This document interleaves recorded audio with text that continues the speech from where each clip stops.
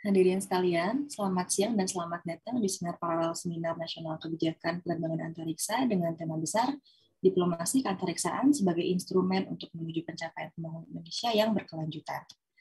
Sebelum memulai sesi seminar paralel hari ini, izinkan saya untuk memperkenalkan moderator yang akan memandu pemaparan materi dan juga sesi diskusi. Bapak Arditya Edward Yeremia merupakan seorang akademisi yang aktif dalam studi kajian Cina, Asia Tenggara, dan juga isu strategis. Selain aktif melakukan riset terhadap beberapa topik tersebut, Bapak Yeremia juga berperan sebagai staf pengajar di jurusan Ilmu Hubungan Internasional Universitas Indonesia. Hingga saat ini, Bapak Yeremia banyak berkontribusi terhadap riset hubungan internasional Indonesia di dalam konteks regional Asia Timur, serta studi proyeksi kebijakan luar negeri Indonesia tahun 2045. Kepada Bapak Yeremia, waktu dan tempat kami persilakan. Terima kasih Saudari host, Saudari Antea.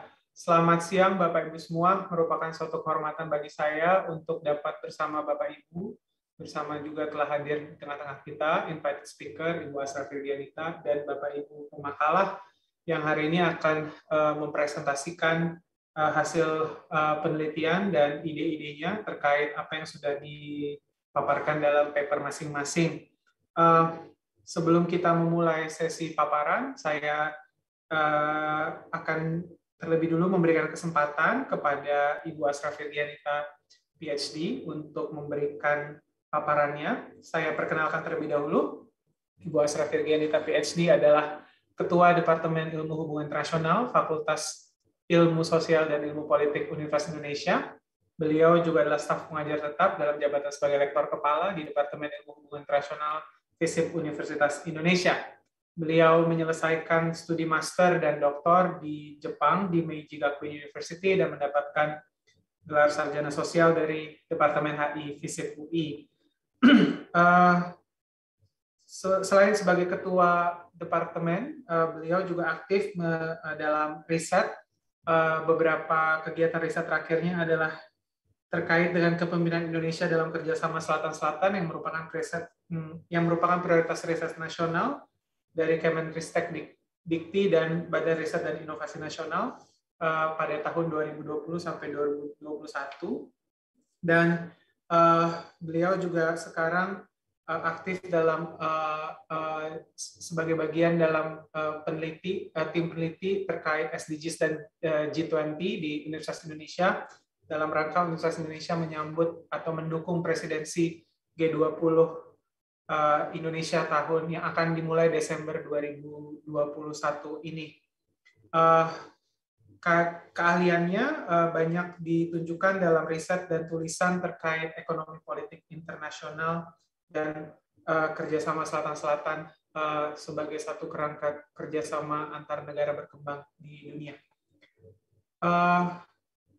Dengan demikian, waktu dan tempat saya persilahkan Ibu Asra Firdianita, PhD, untuk menyampaikan paparan. Terima kasih.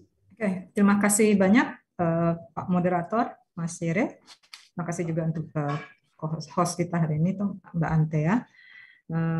Tentu senang sekali ya punya kesempatan untuk bisa berbagi di sesi seminar hari ini, di sesi paralel yang tentu saya harapkan kita bisa berdiskusi nantinya lebih intens ya untuk membahas topik kita hari ini yang menurut saya sangat penting terkait diplomasi keantariksaan sebagai instrumen untuk menuju pencapaian pembangunan Indonesia yang berkelanjutan. Nah, saya mendapatkan tema yang seperti hari ini di paralel 3 ini ya, bicara tentang peran keantariksaan dalam transformasi masyarakat 5.0 gitu ya. Nah, ini saya kira suatu tema yang juga sangat penting ya dan memiliki 2 kata kunci utama gitu, 2 atau 3 kata kunci. Pertama keantariksaan, yang kedua masyarakat 5.0 dan kemudian SDGs ya atau Sustainable Development atau pembangunan berkelanjutan. 3 kata kunci ini saya kira menjadi satu kata kunci yang harusnya menjadi rujukan kita untuk membahas apa yang akan kita capai melalui 3 kata kunci tersebut. Oke, lebih spesifik saya akan menaikkannya dengan SDGs ya, terutama karena kita bicara transformasi masyarakat 5.0 ini tidak bisa kita bicara tanpa melihat sebenarnya bagaimana arah agenda pembangunan global, gitu ya. Dan ini akan menjadi konsep besar gitu yang utama yang kita akan harus capai ya. Jangan lupa agenda SDGs 2030 ini hanya punya waktu sekitar 10 tahun untuk pencapaiannya.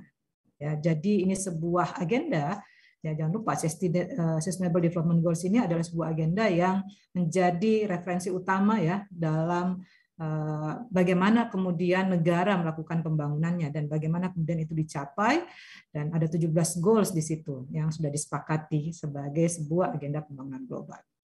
Di satu sisi juga dikaitkan dengan poin penting bahwa yang namanya pembangunan global ini atau pembangunan secara khusus ya itu memiliki 5 pilar gitu ya. Ada people, planet, partnership, prosperity, dan peace. Jadi 5P ini menjadi juga suatu pillars yang harus berjalan dan berada sama tinggi gitu ya sebagai sebuah pilar untuk bisa mencapai yang namanya SDGs gitu.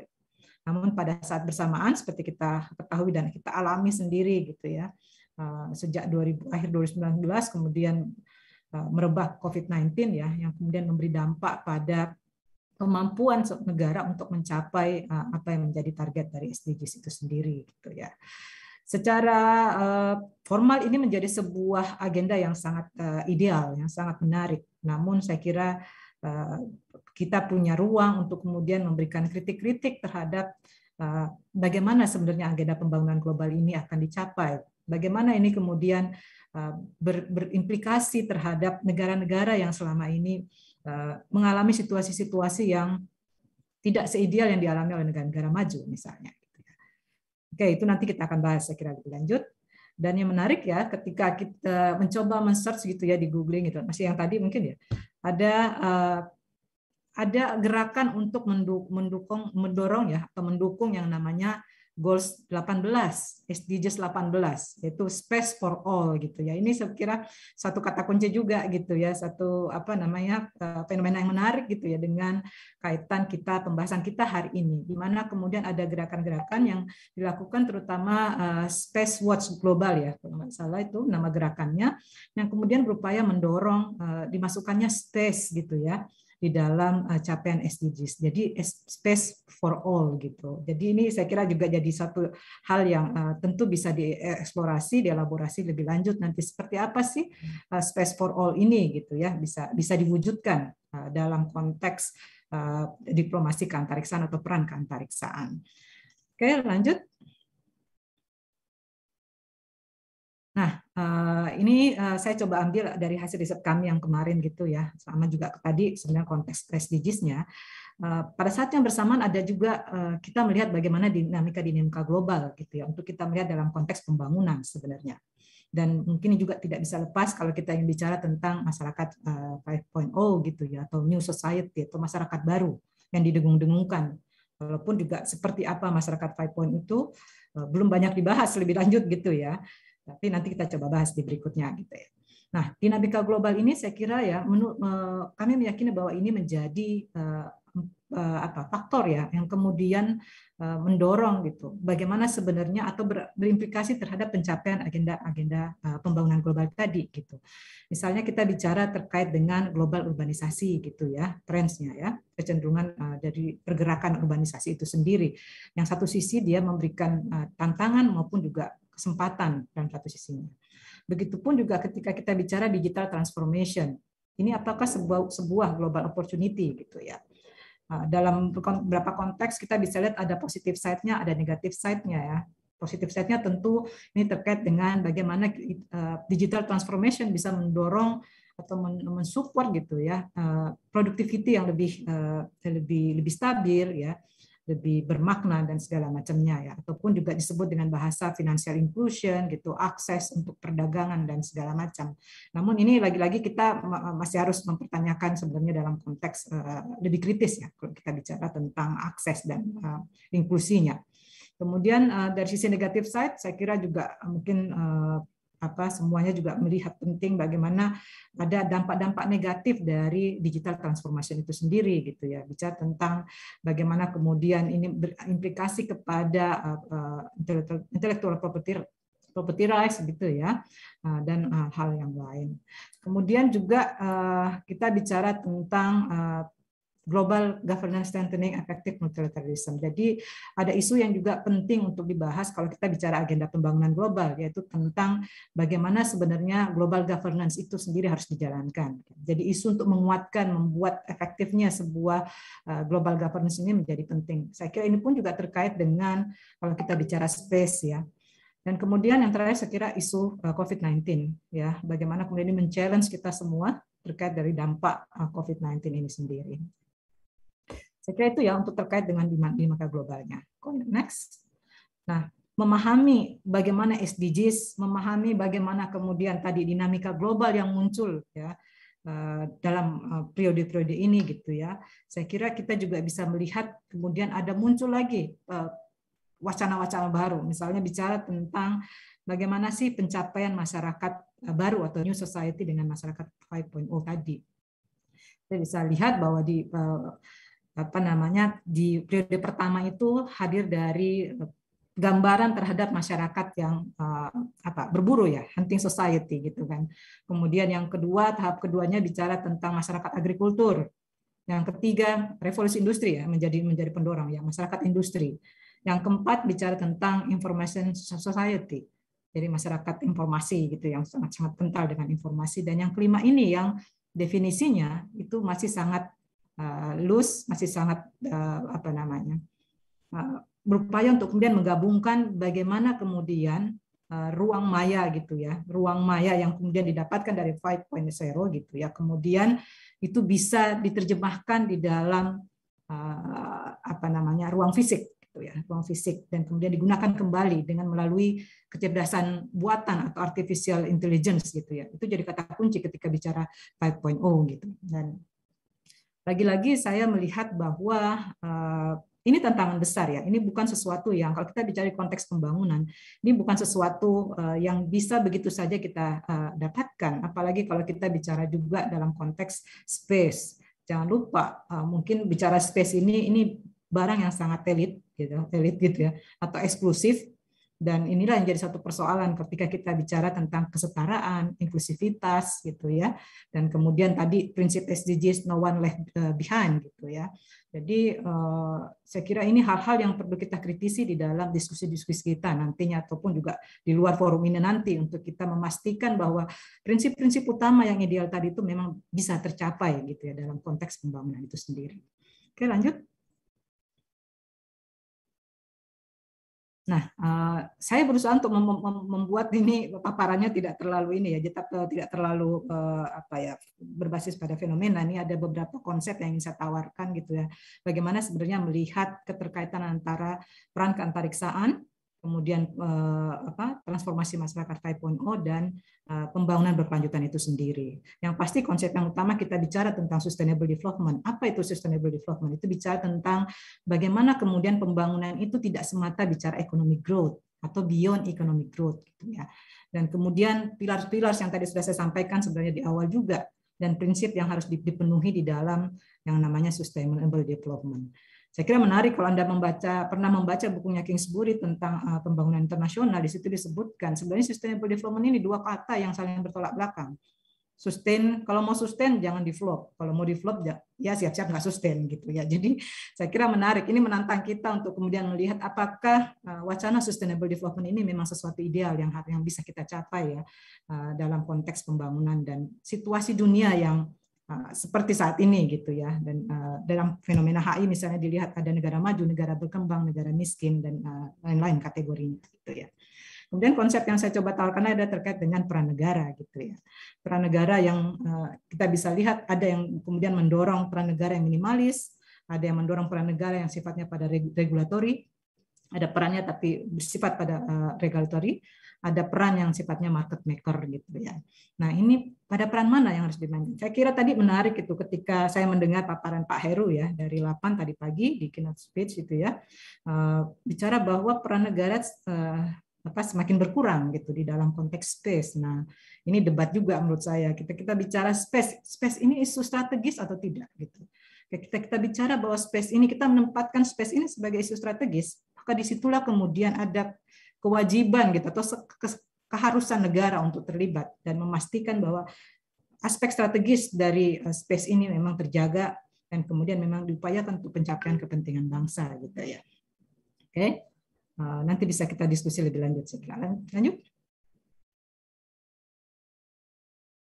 Nah, kembali saya mencoba mencari sebenarnya peran keantariksaan itu apa dan bagaimana sih di dalam konteks kita bicara SDGs sebenarnya. Itu yang ingin kita lihat. Nah, saya coba search dan saya ketemu di satu web ya UN punya yang untuk menurunkan bagaimana sebenarnya peran-peran keantariksaan itu sendiri. Dan kita bisa lihat bahwa sebenarnya peran keantariksaan ini di setiap 17 goals ini sudah diterjemahkan. Jadi Anda boleh nanti teman-teman semua bisa mengklik link ini untuk melihat sebagaimana sih sebenarnya peran keantariksaan yang diharapkan melalui SDGs gitu ya, dalam pencapaian SDGs. Saya menyempatkan untuk mengambil beberapa ya, sekitar 6 gitu ya goals yang saya anggap penting untuk dipaparkan hari ini. Coba bisa lanjut Mbak Antea. Nah, ini pertama terkait dengan gender equality. Ini sebenarnya kenapa saya memilih gender equality? Sempat kepikiran ini sebenarnya seperti apa sih? Gender equality itu bisa diwujudkan di dalam konteks keantariksaan gitu ya. Bagaimana ini perannya gitu ya. Dan menarik untuk melihat bahwa dalam konteks ini ternyata memang ada fungsi yang bisa dimainkan, misalnya melalui akses to equality education gitu ya, dari yang sifatnya remote gitu ya, dan isolasi di komunitas yang terisolasi misalnya gitu ya, kemudian entrepreneurship untuk female gitu ya, dan segala macam untuk peningkatan kapabilitas atau kapasitas dari women itu sendiri, dan juga terkait dengan career development gitu ya. Jadi ada space for women gitu ya. Saya mencari lagi, ternyata ada space for women gitu ya, atau mungkin sebenarnya ini bagian daripada STEAM itu yaitu science, teknologi, E-nya saya lupa, kemudian M-nya matematika, engineering ya. Kemudian M matematik. Jadi sebenarnya tiga sektor ini seringkali dilihat jauh dari kemampuan perempuan gitu ya. Nah, makanya kemudian jadi satu isu yang kemudian menarik, bahwa kemudian ada gerakan yang namanya Space for Women gitu ya. Jadi ternyata ada gitu ya. Bagaimana kemudian melihat kaitan antara keantariksaan dengan peningkatan gender equality itu sendiri. Kemudian juga hal yang penting menurut saya adalah melihat bagaimana perannya dalam konteks industri, inovasi, dan infrastruktur. Ya, tentu secara jelas kita bisa lihat bahwa sebenarnya proses-proses kaitan dengan industri itu terkait dengan bagaimana kemudian automation gitu ya, smart mobility, segala macam itu juga ada di dalam proses industri, innovation, dan infrastruktur. Ini mungkin sangat mudah dipahami ya. Kemudian sustainable cities and communities. Ini kalau kita bicara cities ya, ini jelas bahwa kemudian kan lagi ada beberapa tahun terakhir itu bicara tentang smart cities ya, dan smart cities ini sangat didorong oleh kemajuan daripada keantariksaan kita gitu ya. Jadi saya kira bisa secara jelas juga dilihat di sini. Lanjut. Nah, ini di beberapa isu yang paling sering dikaitkan dengan keantariksaan itu adalah bicara tentang lingkungan gitu ya. Ini bicara climate actions misalnya ya, bagaimana kemudian sebenarnya keantariksaan secara jelas bisa kita lihat di sini dalam konteks climate change monitoring gitu ya, kemudian ramalan cuaca gitu, disaster management, dan segala macam itu ternyata bisa di dalam konteks kalau kita bicara tujuan 13 ya, climate action. Kemudian ada lagi yang menarik ya, ini yang masih jarang karena kita sering bahasnya green economy ya, atau bahasanya land gitu ya. Kalau ini kan life below water. Ini kita bicara tentang sebenarnya blue economy. Ya, kalau kita bicara tujuan 14 bicara tentang blue economy, bagaimana sebenarnya peran keantariksaan itu sendiri. Ternyata juga cukup jelas gitu ya, bahwa kita memang sangat membutuhkan apa yang namanya peran keantariksaan di dalam konteks pencapaian agenda pembangunan gitu. Mapping dan monitoring dari natural dan protected areas ya, terkait dengan fishing gitu ya, dan eksplorasi lainnya gitu ya, dan juga mungkin terkait climate change-nya ya, dalam memastikan misalnya temperatur air segala macamnya itu. Nah, ini menurut saya ternyata jelas sekali gitu terlihat. Dan kemudian saya ingin melihat juga dalam konteks partnership ya, tujuan 17 bicara tentang partnership for the goals.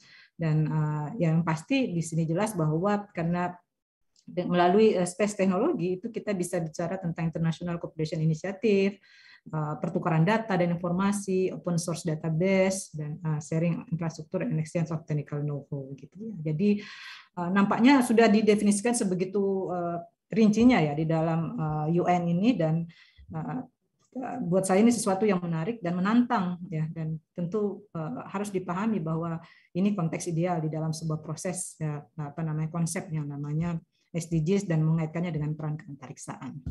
Ya, oke, lanjut. Nah, terkait dengan tadi hal-hal yang ideal, kemudian saya melihat bahwa sebenarnya ada problem yang utama di sini gitu ya. Problem utama bahwa di dalam konteks space ini bukan ruang vakum. Bukan ruang vakum yang kemudian tanpa kepentingan, tanpa politik dan secara ideal dimanfaatkan hanya untuk urusan damai. Kalau dalam bahasanya, di dalam Outer Space Treaty kan sudah jelas bahwa space itu dimanfaatkan oleh semuanya, tapi dengan tujuan damai. Nah, dalam hal ini kita tidak bisa melihat secara naif bahwa yang namanya space ini ya pemanfaatan lahan yang kemudian ya dalam bahasa sederhana mungkin ya, pemanfaatan lahan yang kemudian bisa dibagi secara rata, dipahami satu dengan yang lainnya. Namun kita mengenal di studi HI kita selalu bicara tentang tentu kompetisi dan kerjasama gitu ya. Dan di sini jelas pasti ada kompetisi antar negara, bukan hanya antar negara, bahkan kalau kita lihat data tadi yang disampaikan juga oleh Pak Heru ya pagi tadi itu bicara tentang civil dan defense budget ya untuk keantariksaan ini. Bahkan antara industri atau private sector itu sudah ada kompetisinya gitu ya. Bagaimana kemudian keantariksaan ini sudah bukan barang yang kemudian bebas dalam tanda kutip gitu ya, bebas dari kepentingan. Faktanya dia menunjukkan kepentingan negara ataupun aktor-aktor lainnya gitu. Ya, itu problem saya kira satu. Yang kedua, yang namanya space ini tidak bisa lepas dengan kaitannya dengan keamanan dan pertahanan negara. Ini pula yang menempatkan space ini menjadi sangat strategis gitu ya. Makanya mungkin teman-teman bisa mengikuti tentang pembentukan Space Forces ya oleh US gitu ya dan China gitu ya, Rusia sebenarnya dari sebelum perang dingin kan isu space ini sudah ada ya kita bicara ini. Jadi sebenarnya bukan sesuatu yang baru juga untuk dibahas kalau dalam konteks keamanan dan pertahanan. Problem yang lain adalah terkait dengan ketimpangan teknologi ini yang saya ingin highlight di sini gitu ya. Ketimpangan teknologi dan ekonomi finansial ya, aspek finansial antar negara dan kemudian sumber daya manusia. Bagaimana bisa bicara tadi ya kaitan pencapaian agenda SDGs gitu dalam konteks yang ideal jika satu negara tidak punya teknologi yang mumpuni. Dan ini real kalau sayangnya datanya saya tidak tampilkan tentang ketimpangan digital divide gitu. Digital divide antar negara itu sangat besar gitu. Lagi-lagi negara-negara yang kemudian mampu menguasainya adalah negara-negara yang punya teknologi yang kuat gitu ya. Teknologinya maju karena apa? Karena punya modal gitu ya. Kenapa punya modal? Karena punya kekuatan ekonomi ya. Lagi-lagi kita kembali ke masalah struktural. Bicara ketimpangan teknologi, ketimpangan ekonomi gitu ya dan bagaimana memiliki sumber daya manusia yang maju. Teknologi maju karena ada inovasi. Inovasi maju karena apa? Karena ada keinginan, ada kerjasama gitu ya. Biasanya pemerintahnya turun. Dalam kasusnya Jepang, Cina, pemerintah punya peran besar di situ untuk mendorong inovasi-inovasi sehingga bisa berjalan dan cukup mumpuni kalau kita lihat di dalam kasusnya Cina dan Jepang. Mbak Asra 5 menit lagi, Mas. Oke, siap. Problemnya ada tata kelola global. Bagaimana kemudian memastikan bahwa tata global ini ataupun juga bicara tentang kaitannya dengan no one left behind gitu ya. Bagaimana kemudian tata kelola global ini diyakini bisa membawa kepentingan dan kebermanfaatan bersama gitu ya bagi semua negara bangsa di dunia ini. Saya kira itu 4 hal besar yang saya lihat sebagai problem di dalam kita bicara bagaimana upaya peran keantariksaan ini dalam pencapaian tadi ya. Itu hal tadi. Lanjut. Nah ini data-data saya kira ini bisa kita lihat tadi bagaimana kemudian space itu dikuasai oleh negara-negara maju. Tadi juga pagi saya kira sudah dibahas Amerika punya anggaran yang sangat besar diikuti oleh Cina, Prancis, Rusia, Jepang dan Denmark ya. Dan ini menurut saya Jerman ya Jerman. Kemudian lanjut saya kira saya lebih banyak tabel selanjutnya. Ini tadi sudah dipaparkan dengan Pak Heru, persis sama yang saya sudah siapkan ya. Tadi pagi Pak Suliarto sama dengan yang saya paparkan juga di sini. Hanya ingin menunjukkan bagaimana sebenarnya posisi government expenditures ya untuk space programs dan Indonesia ada di cukup kecil gitu ya, tapi cukup signifikan kalau kita bandingkan dengan negara-negara ASEAN. Jadi ini intinya Indonesia punya posisi sebenarnya untuk kawasan ASEAN ya, untuk memainkan menjadi leading gitu ya di dalam isu space program. Oke lanjut. Ini tadi bicara juga saya kira sama dengan yang Pak Heru juga sampaikan terkait dengan space ke sana, Rusia juga kurang lebih sama. hanya negara-negara lainnya ya menempatkannya hanya di bawah 20% ya sebagian besarnya gitu. Jadi Anda bisa, teman-teman bisa melihat sendiri ini kecenderungan seperti apa yang terjadi melalui pembagian budget seperti ini. Kita bisa melihat sebenarnya kebijakan satu negara juga melalui penempatan budgetnya. Ketika budget itu ditempatkan sama rata, artinya ini sesuatu yang dianggap sama pentingnya untuk mendukung industrinya, untuk mendukung keamanannya gitu ya. Oke, lanjut. Ini tadi juga sudah kurang lebih juga disampaikan oleh Pak Heru gitu ya, bicara tentang bagaimana sih investasi yang dilakukan gitu ya untuk space exploration gitu ya. Ini data dari Statista dan ini menunjukkan bahwa sebenarnya banyak di isu transportasi ya. Kalau kita lihat di sini, walaupun juga kecenderungnya 2019 sampai 2009 ini prediksi ya, proyeksi sampai 2029 itu ada peningkatan di tempat yang lain, namun transportasi masih menjadi fokus utama di sini. Ini kira-kira kalau kita kaitkan dengan tadi SDGs, nyambung nggak nih gitu ya, nyambung nggak antara investasi gitu yang diberlakukan dan juga kaitan tadi bagaimana capaian-capaian SDGs yang kita tuju gitu ya sebagai agenda pembangunan bersama. Lanjut. Nah, ini saya kira yang terakhir gitu ya. Nah, dari paparan tadi menurut saya ada hal yang penting yang perlu saya garis bawahi di sini gitu ya. Bahwa peran keantaraksaan penting namun bukan ruang vakum. Dipastikan betul bahwa terlihat jelas ada kepentingan negara di situ, ada gesekan-gesekan yang kemudian mungkin muncul di dalam pemanfaatan keantariksaan atau space isu di sini. Kemudian masalah struktural jelas ada, ya bahwa kemudian tadi itu ketimpangan-ketimpangan yang hadir tidak bisa kita menutup mata. Ya oke, space penting, tapi kemudian siapa yang bisa memanfaatkan space tadi? Bagaimana kita mengharapkan agenda pembangunan global yang kemudian akan mendorong kita, membawa kita menuju masyarakat 5.0 tadi. Nah, sementara ada ketimpangan-ketimpangan ini, siapa yang akan ke sana gitu ya? Jangan-jangan masyarakat tertinggalnya yang akan tinggal, yang maju-maju gitu ya. Nah, ini penting. Kemudian satu hal yang saya ingin highlight adalah peran negara harus ada. Ketika kita menempatkan ini sebagai isu strategis, bicara tentang diplomasinya, bicara tentang pemanfaatannya, baik untuk industri ataupun defense gitu ya, negara harus hadir gitu. Negara harus hadir seperti apa? Dia harus hadir untuk memastikan bahwa di isu space ini kepentingan yang dicapai itu jelas. Makanya perlu roadmap, perlu penjelasan apa sih yang mau dituju melalui space program yang dimiliki oleh suatu negara atau khususnya untuk Indonesia misalnya gitu ya. Kemudian saya kira kesimpulan besarnya dari apa yang saya sampaikan hari ini di waktu yang pendek adalah kuncinya adalah how to manage cooperation, coordination, and competition. Jadi 3C ini menjadi 3 kata kunci penting untuk memperlihatkan bagaimana sebenarnya peran keantariksaan yang bisa kita tuju dengan 3 kondisi tadi, cooperation, coordination, dan kompetisi. Saya kira itu, Mas Yore, mudah-mudahan bisa memberikan pencerahan dan mendorong diskusi-diskusi yang lebih menarik. Terima kasih.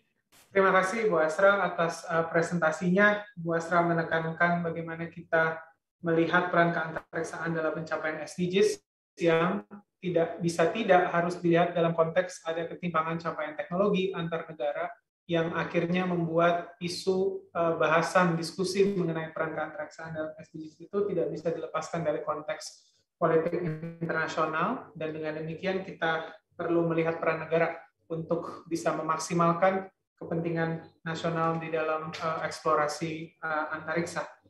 Pada hari ini kita sudah ada 3 presentasi paper, akan ada 3 paper yang dipresentasikan. Saya diinformasikan bahwa ada 2 paper yang mengundurkan diri ya. Jadi kita punya waktu masing-masing 10 menit untuk tiap presentasi paper. Lalu untuk tanya jawab nanti dilakukan setelah semua paper, semua makalahnya dipresentasikan. Nanti saya akan informasikan lebih lanjut bagaimana kita masuk ke dalam sesi tanya jawab. Sekarang izinkan saya mengundang paper pertama, yaitu yang dibuat oleh Maulana Miftahul Jannah, Erni Boris Manjuntak, dan Juliantini Erwati dengan judul Astrowisata Taman Langit Gelap Timau dalam pemberdayaan komunitas di kawasan Timau menuju masyarakat 5.0. Silakan Bapak Ibu.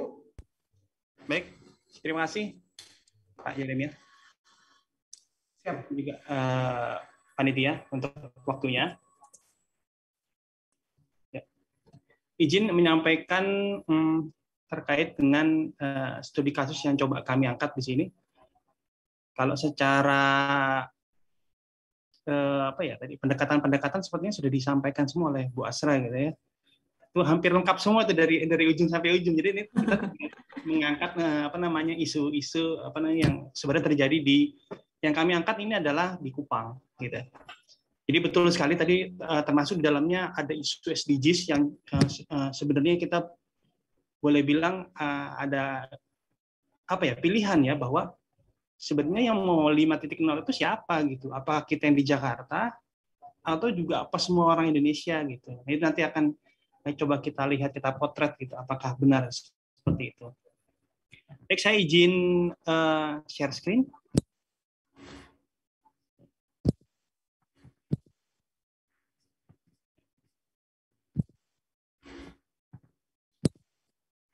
Terlihat ya, Bapak Ibu.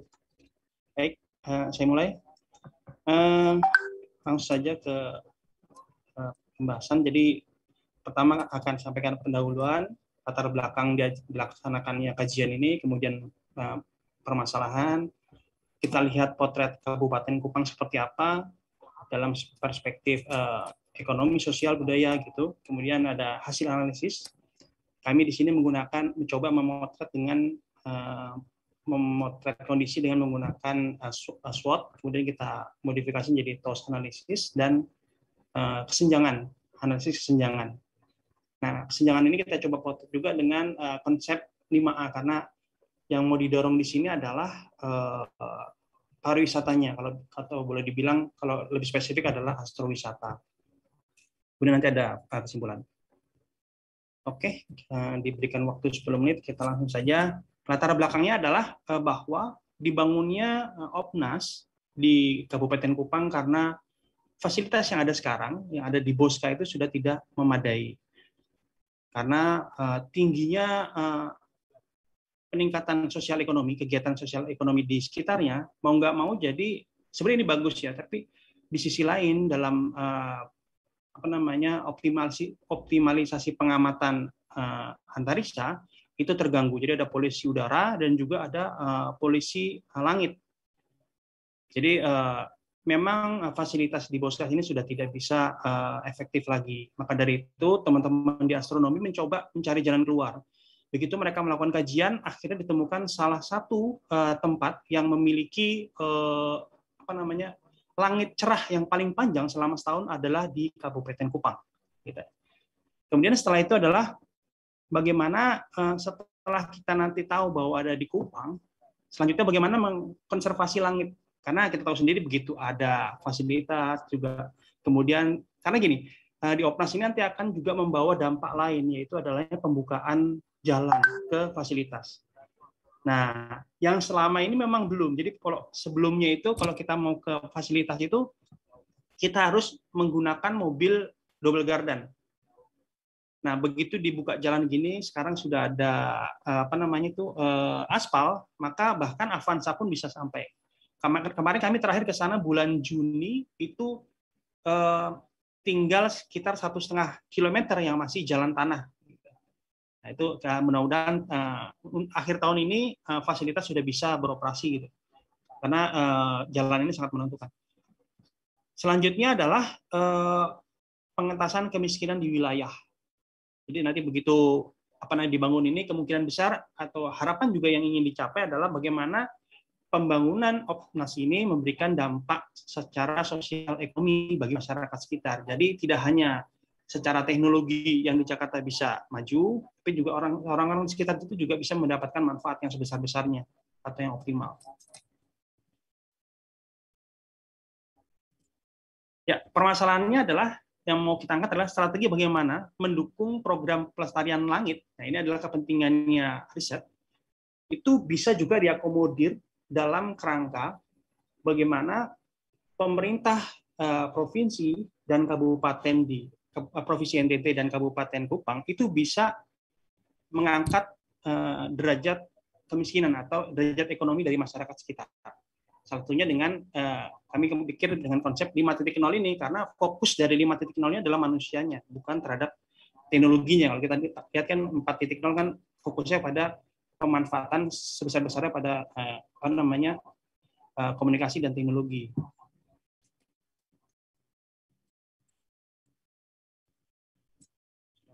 Nah, ini Kabupaten Kupang kita potret secara ringkas. Pertama, sama 2 musim seperti Jakarta dengan suhu rata-rata 17 sampai 38 derajat Celcius. Kemudian jumlah penduduknya tidak banyak, hanya 366.000, dan laju pertumbuhannya juga 1,87. Kepadatan penduduknya 69 per kilometer persegi. Angkatan kerjanya 72,15%.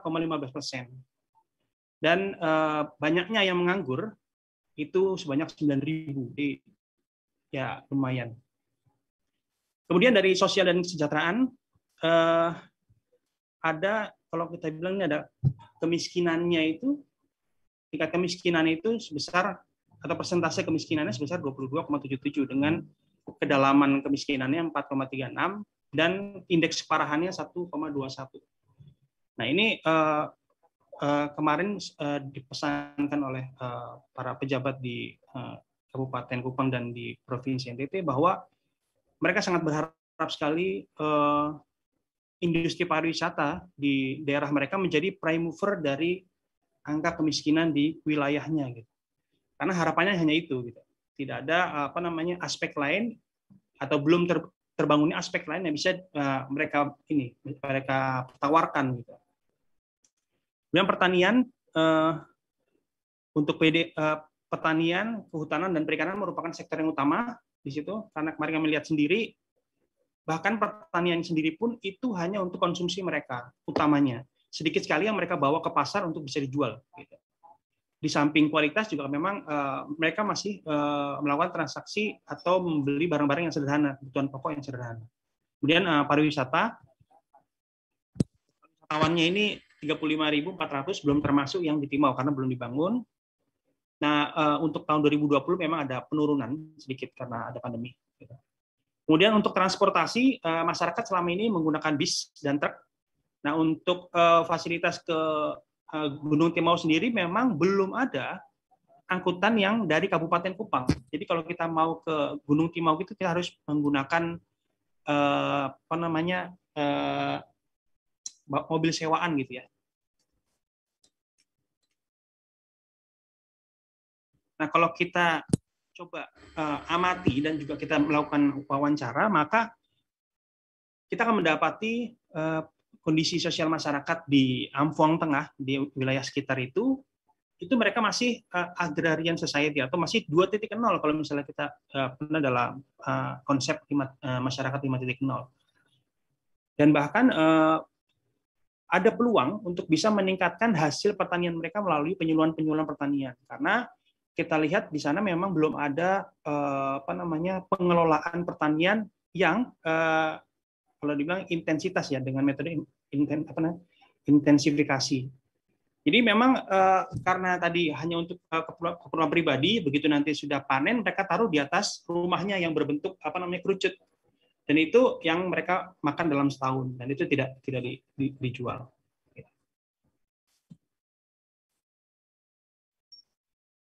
Ini analisis yang kami laksanakan. Jadi ada kekuatan-kekuatan. Ini utamanya kekuatannya dari sisi teknologi sebenarnya. Di sana diharapkan LAPAN atau BRIN itu bisa berperan dalam hal SDM. Bagaimana mengangkat masyarakat di sekitar untuk bisa sama-sama maju. Itu tidak kita bermain sendiri. Kemudian ada kelemahannya karena ini kita tahu sendiri bahwa Opnas ini adalah investasi yang besar dan juga ada biaya pengelolaan atau biaya operasional yang cukup tinggi. Selanjutnya untuk peluang eksternalnya, sudah ada minat untuk bisa membangun astrowisata di situ. Kemudian juga kebetulan jejaring kita sudah baik karena kita diakui secara internasional di dunia astronomi. Kemudian ada ancaman eksternalnya, itu adalah karena tadi teknologi ini sementara ini teknologi Opnas ini belum kita kuasai, belum sepenuhnya kita kuasai. Nah, ini sangat rentan kalau kayak gini. Begitu nanti barangnya rusak, terus mau nggak mau pemeliharaannya kita harus mendatangkan dari orang luar dan itu biayanya mahal. Terus juga ada objek wisata serupa di sekitar entitas itu, terutamanya di Flores. Kemudian ada perubahan kebijakan pemerintah dan kehidupan sosial. Nah ini secara singkatnya kami menyoroti bagaimana caranya kegiatan astrowisata ini bisa meningkatkan SDM di sekitar masyarakat atau di sekitar fasilitas, ya, dan juga bisa membantu minimal kegiatan operasional dari pengelolaan Opnas dan Taman Langit Gelap, begitu. Upaya lainnya adalah bersama-sama dengan pemangku kepentingan untuk menjaga kelestarian langit, karena kalau di sisi 8, di sisi teknologi itu yang kita butuhkan. Kemudian yang dari sisi masyarakatnya, bagaimana kita melibatkan masyarakat itu untuk bisa menjadikan astrowisata ini sebagai pengungkit dari ekonomi mereka. Nah ini nanti juga ada strategi-strategi lain seperti reverse engineering, kemudian ada promosi-promosi, kemudian kita melibatkan masyarakat untuk bisa berpartisipasi dalam pembangunan program kayak gitu. Jadi tadi kalau dibilang no one left behind itu ini memang harus benar-benar terwujud. Jangan sampai ada monumen canggih di sekitar mereka, tapi mereka tidak bisa mendapatkan manfaat yang sebesar-besarnya. Gitu. Kemudian ini ada kesenjangan-kesenjangan yang memang perlu dipertimbangkan untuk bisa membangun. Ini tinggal 2 menit. Yaitu adalah atraksi. Atraksinya seperti apa? Ini kemarin kita ke sana masih ada hanya alam saja, atraksi alam. Bisa didorong sampai dengan fasilitas-fasilitas tambahan seperti ada taman-taman Teletubbies, kemudian nanti ada menara pandang. Kemudian kalau activity-nya karena masih belum terkelola, bisa didorong sampai pertama kita bikin Pokdarwis, kemudian mengeksplorasi. Contohnya adalah misalnya ada kegiatan-kegiatan masyarakat, upacara adat, kemudian ada aktivitas mereka bertani, itu bisa kita masukkan dalam paket wisata. Gitu. Kemudian aksesibilitas, saat ini hanya sewa kendaraan, ke depannya supaya bisa kita mendorong Pemda untuk bisa memberikan insentif kepada yang mau investor itu untuk bisa menyediakan transportasi minimal yang reguler gitu ya. Kemudian akomodasi memang belum ada. Nah ini kemarin dari Kepala Dinas mencoba untuk bikin seperti kayak bangunan-bangunan semi permanen seperti ini bentuknya bukan tembok tapi kayak kontainer. Nah ini kami kemarin ngasih masukan kalau bisa jangan karena tadi konservasinya itu tidak masuk jadi. Kemudian amenity kenyamanan belum ada bangunan pendukung, contoh misalnya ATM, SPBU, toilet dan yang dikelola secara profesional. Yang penting adalah di sini adalah biasanya paling minimum adalah sanitasi. Ini yang menjadi problem di sana. Ini yang menjadi kendala yang paling besar karena kesulitan air juga di sana. Nah, kesimpulannya sebenarnya tadi sudah saya sampaikan. Ini hanya mengulas saja ya terkait bagaimana strategi-strateginya. Mau nggak mau kita harus mengajak terutamanya adalah aktor utamanya supaya mereka juga merasa dilibatkan, yaitu adalah masyarakat. Kemudian pemerintah daerah untuk bisa membina mereka. Kemudian adalah investor supaya bisa terbangun nih. Jadi kalau misalnya programnya sudah bagus tapi tidak ada yang mau invest, itu susah juga gitu. Kemudian di samping dari tadi strategi-strategi ada beberapa keterbatasan sebenarnya dari penelitian ini atau kajian ini. Yang pertama adalah kami belum mendapatkan luas Taman Langit Gelap secara fix karena itu diperlukan peraturan kepala daerah atau karena kan ini masuk dalam proyek nasional. Maka kami belum tahu nih kira-kira nanti keluarnya apakah dari Perpres, apakah dari peraturan daerah gitu ya. Kelihatannya sih Perpres karena mengambil wilayah dari Kementerian Kehutanan. Kemudian fasilitas Opnas masih dalam pembangunan. Kemudian responden yang kami tanya atau wawancara kemarin masih terbatas masyarakat Ampong Tengah. Jadi masih sekitaran Opnas. Belum pada sampai keseluruhan yang mungkin dilewati atau juga mungkin 1 km atau 25 km sesuai dengan proyeksi Taman Langit Gelap, luasan Taman Langit Gelap. Sebagai informasi untuk Opnas sendiri ini luasnya 10 hektar saja, gitu ya. Terakhir adalah perlu diskusi lebih mendalam dengan melibatkan masyarakat dan juga pemerintah dalam menyusun program-program nanti, gitu. Jadi semuanya bisa dilibatkan, semuanya jadi merasa bertanggung jawab terhadap kelangsungan dari proyek ini. Gitu. Baik, terima kasih. Mohon maaf kelebihan 3 menit atas waktunya. Saya kembalikan.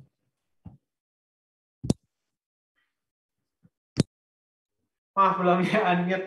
Terima kasih Mas atas presentasinya yang sangat menarik. Saya jadi ingat hari ini dalam kalender Cina, karena saya sekolahnya di Cina, ini hari melihat bulan. Jadi kalau ke daerah situ pasti bagus banget ya, karena langitnya tadi berusaha di preserve ya.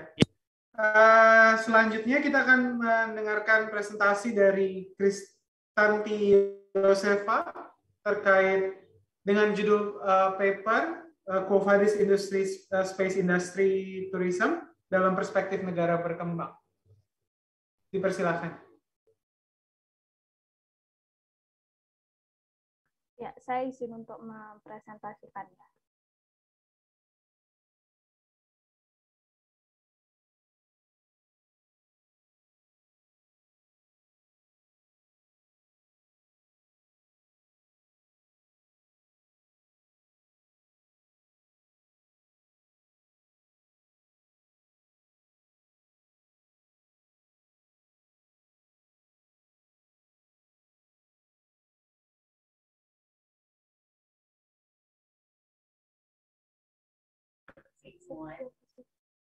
Apakah sudah terlihat ininya? Oke, ya. Terlihat. Ya, selamat siang Bapak Ibu pemakalah semuanya. Nama saya Kristanti Yosefa dari Universitas Brawijaya. Hari ini saya akan mempresentasikan artikel saya yang berjudul Quo Vadis Industry Space Tourism dalam perspektif negara berkembang.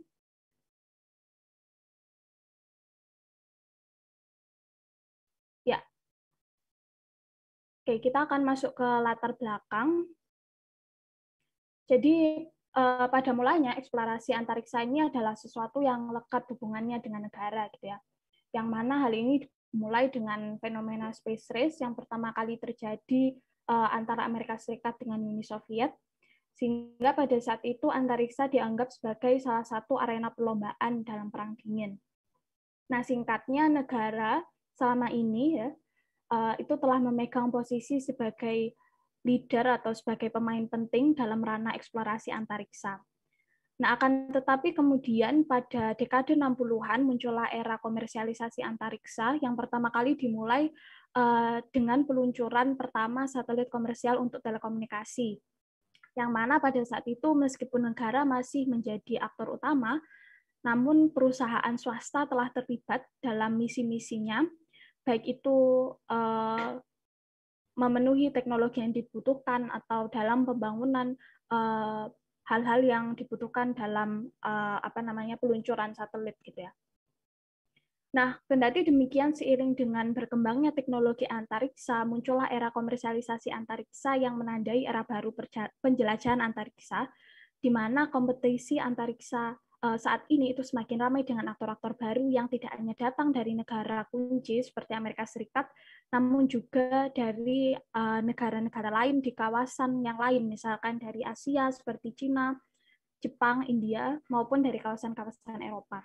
Dan tidak berhenti di situ saja, ada juga aktor negara yang turut meramaikan arena antariksa melalui perusahaan-perusahaan swasta, seperti SpaceX, Virgin Galactic, Blue Origin, dan lain-lain, yang mana peran mereka pada saat ini itu tidak hanya sebagai penunjang misi negara, namun dengan kemampuan modal dan teknologi yang mereka punya, mereka juga tumbuh menjadi aktor-aktor yang kemudian diperhitungkan dalam kompetisi antariksa gitu ya.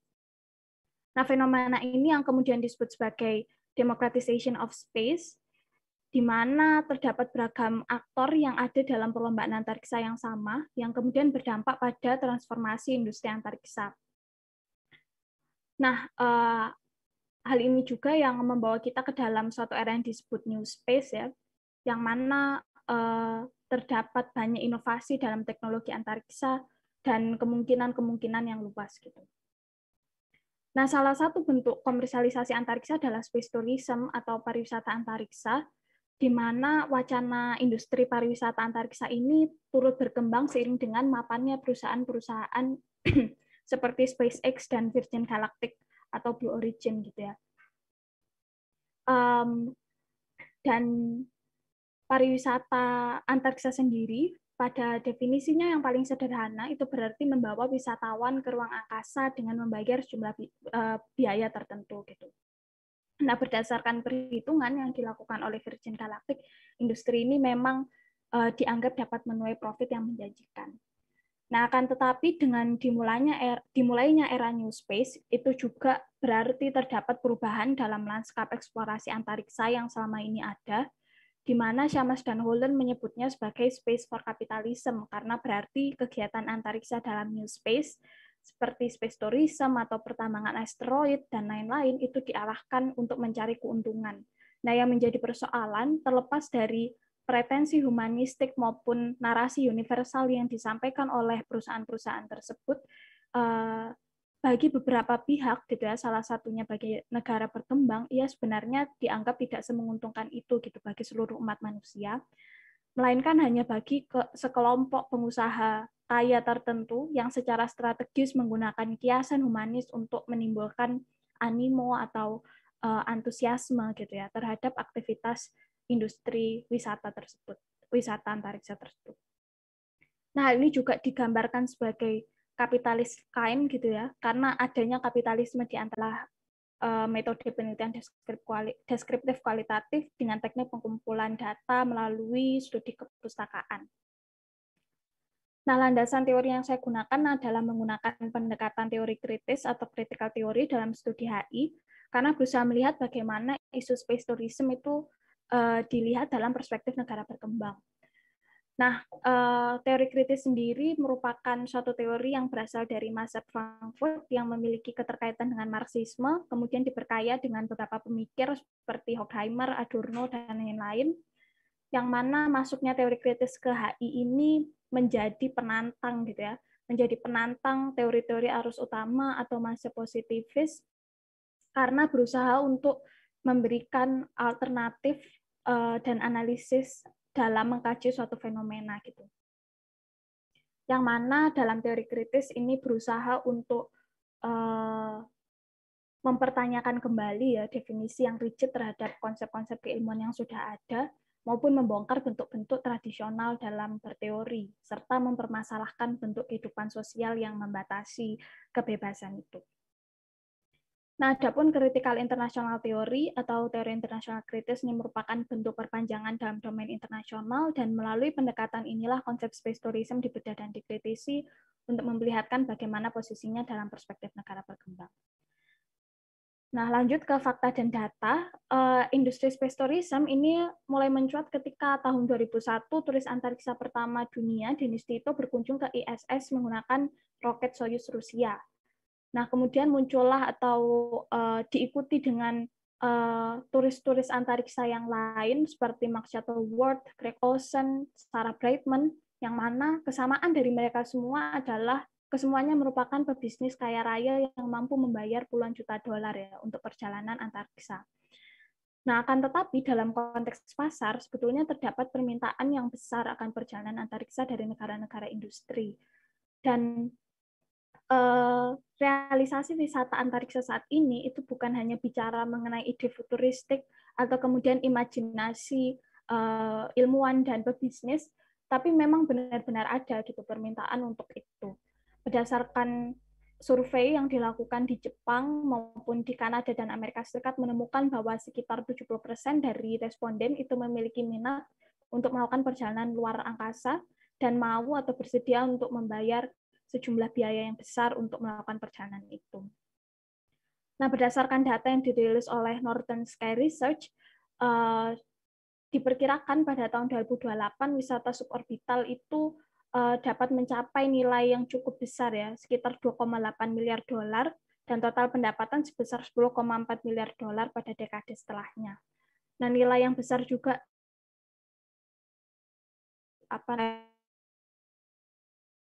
vital gitu ya. Nah, saat ini gitu ya, beberapa perusahaan yang menawarkan industri antariksa ini antara lain seperti Virgin Galactic, Blue Origin dan SpaceX gitu ya, itu menawarkan paket wisata antariksa yang diklaim oleh mereka itu mendapatkan permintaan yang cukup banyak gitu ya, dengan sekitar 8.000 permintaan gitu dari pemesan atau reservasi, dan sekitar 600 pemesan itu diklaim telah membayar biaya uang muka untuk. Nah, selain Virgin Galactic ada juga SpaceX yang menjadi perusahaan swasta yang memiliki wisata orbital dengan roket Falcon 9 dan kapsul Crew Dragon-nya. Dan pada musim panas 2020 yang lalu, SpaceX telah menerbangkan dan mengembalikan 2 astronot NASA dengan kendaraan antariksa mereka, yang mana itu mencetak sejarah sebagai perusahaan swasta pertama yang telah mengirim manusia ke orbit. Nah, berbagai perusahaan di atas itu merupakan perusahaan asal negara-negara maju ya, seperti Amerika Serikat dan Inggris. Akan tetapi dalam konteks yang lebih luas, di Asia misalkan terdapat perbedaan yang jelas signifikan perkembangannya dengan Barat, di mana kemajuan inisiatif dan teknologi di Barat itu lebih banyak berkembang oleh perusahaan swasta. Sementara di Asia, perusahaan swasta masih seringkali bergantung dengan bantuan pemerintah gitu. Nah, menurut klasifikasi yang dilakukan oleh Lele pada tahun 2018, negara-negara di Asia itu kebanyakan bahkan mendominasi kategori 4 dan 5, yakni negara yang memiliki 5 satelit atau lebih, dan negara yang tidak memiliki atau memiliki satelit kurang dari 5. Beberapa negara berkembang di Asia juga bahkan masih baru memiliki lembaga keantariksaan seperti itu. Nah, sejauh ini kebanyakan negara-negara berkembang di Asia itu masih fokus pada teknologi keantariksaan untuk pembangunan sosial ekonomi, seperti digunakan untuk meteorologi, pendidikan, komunikasi, maupun manajemen sumber daya alam dan mitigasi bencana. Alih-alih ditujukan pada industri rekreasional gitu ya, atau tujuan rekreasional gitu. Nah, terkhusus bagi pariwisata antariksa, Cina itu masih menjadi satu-satunya negara di Asia yang memimpin memasuki arena tersebut dengan potensi yang dia miliki ya, yang tentunya besar gitu. 1 menit lagi ya, Mbak? Oke. Ya, langsung masuk ke analisis ya. Dengan meningkatnya permintaan dan penawaran dari industri space tourism, arena antariksa saat ini telah memasuki masa kapitalisasi, di mana komersialisasi antariksa itu dilakukan untuk mengumpulkan profit gitu ya. Nah, dalam era New Space ini, industri ini dianggap tidak begitu menguntungkan bagi umat manusia, dan melainkan hanya bagi segelintir pengusaha kaya yang seolah-olah menarasikan hal ini sebagai suatu langkah besar peradaban. Namun industri wisata antariksa sebetulnya hanyalah bagian dari logika ekspansionaris akumulasi kapital. Nah, dalam teori kritis, hal ini memperlihatkan upaya kapitalisasi yang dilakukan oleh segelintir pengusaha kaya dari negara maju yang menarasikan industri ini sebagai suatu keuntungan, tapi mengacu pada gap antara negara maju dan berkembang, adanya industri pariwisata antariksa malah dapat mengancam jarak tersebut, di mana eksplorasi antariksa yang didominasi oleh kepentingan negara maju dengan tujuan rekreasional itu mengesampingkan kepentingan negara lain. Nah, adanya space tourism ini juga berarti meningkatkan konsumsi akan minyak untuk transportasi, yang kemudian menimbulkan adanya pertanyaan terkait aspek keberlanjutan dari industri semacam ini, yang mana itu menjadi kritik terhadap industri wisata industri wisata antariksa dalam perspektif negara berkembang. Nah, ke depan industri pariwisata antariksa di negara berkembang masih belum menjadi prioritas utama karena fokus teknologi antariksa yang lebih pada sosial ekonomi masyarakat, dan adanya industri ini dianggap sebagai suatu bentuk kepentingan kapitalis karena manfaatnya yang lebih pada tujuan rekreasional dan menguntungkan perusahaan besar di negara maju. Nah, dalam aspek keberlanjutan, hal ini juga menjadi kritik bagi negara maju karena dampak industri pariwisata antariksa terhadap lingkungan justru malah terlewatkan. Ya, sekian presentasi dari saya. Terima kasih. Terima kasih Mbak Krisanti ya atas presentasinya, menarik ya, bisa makin mengetengahkan bahwa isu ini elitis gitu ya. Jadi bagaimana kita juga harus menilainya dari sudut pandang bukan hanya dari negara maju tapi negara berkembang juga. Paper selanjutnya akan dipresentasikan oleh Bapak Leo Camillus Julianto Riyadi dengan judul paper Komunikasi Strategis Antariksa dalam Hubungan dengan Pemangku Kepentingan.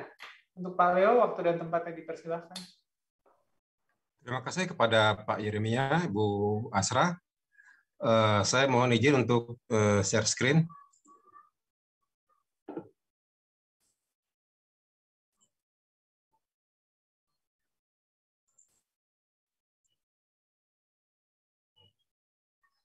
Ya, terima kasih Bapak-bapak, Ibu-ibu. Saya kira dari tadi pagi kita juga sudah bersama-sama menyimak bahwa saat ini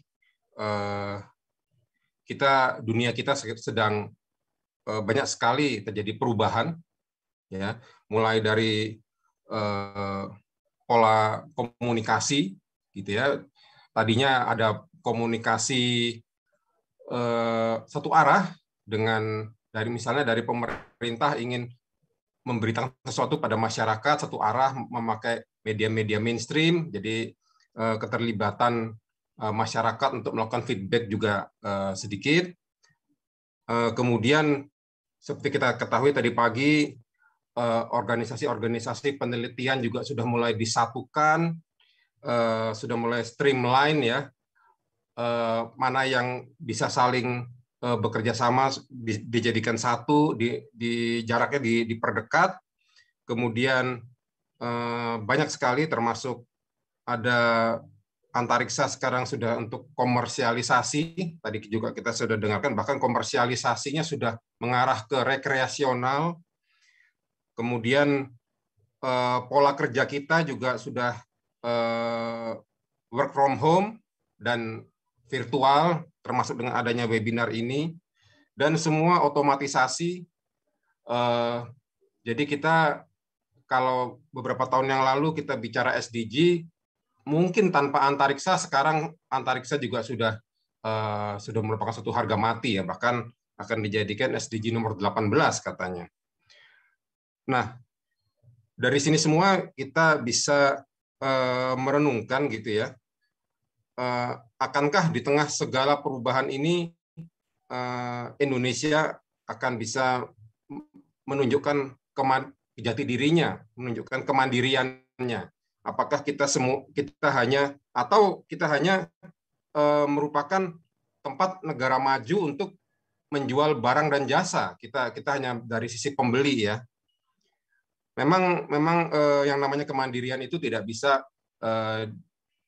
dilakukan atau dicapai dalam waktu singkat. Ada proses dan memerlukan waktu cukup panjang.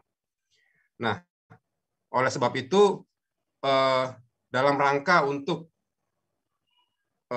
mempengaruhi para stakeholder, para pemangku kepentingan, yang tentunya mereka juga punya kepentingan masing-masing, mereka punya tujuan organisasi yang berbeda dengan kita.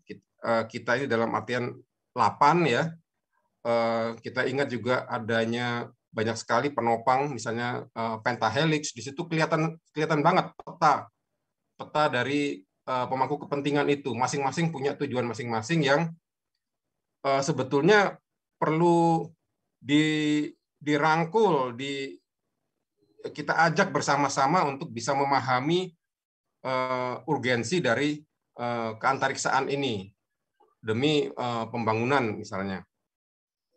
Nah, oleh sebab itu saya mengemukakan atau saya pinjam dua buah teori. Yang pertama adalah tentang komunikasi strategis jaringan, dari perspektif jaringan. Yang kedua dari perspektif psikologis. Tujuannya sama, kedua-duanya berusaha menyeberangkan atau menyampaikan informasi dengan outcome bahwa yang mendengarkan informasi itu atau yang menerima itu bisa mengubah perilaku seperti yang kita inginkan. Ini bagaimana caranya. Sedangkan tentu saja kita dengan mereka punya goal yang berbeda. Bisa juga goalnya itu tabrakan dan seterusnya, terjadi penolakan. Tapi bagaimana caranya supaya kita bisa memaksimalkan kedua perspektif ini untuk bisa mempengaruhi mereka sesuai keinginan kita. Baik. Next. Ini tadi sudah saya bahas, maaf tadi agak telat ininya. Jadi di tengah segala perubahan, mau tidak mau kita terpaksa berpikir jaringan.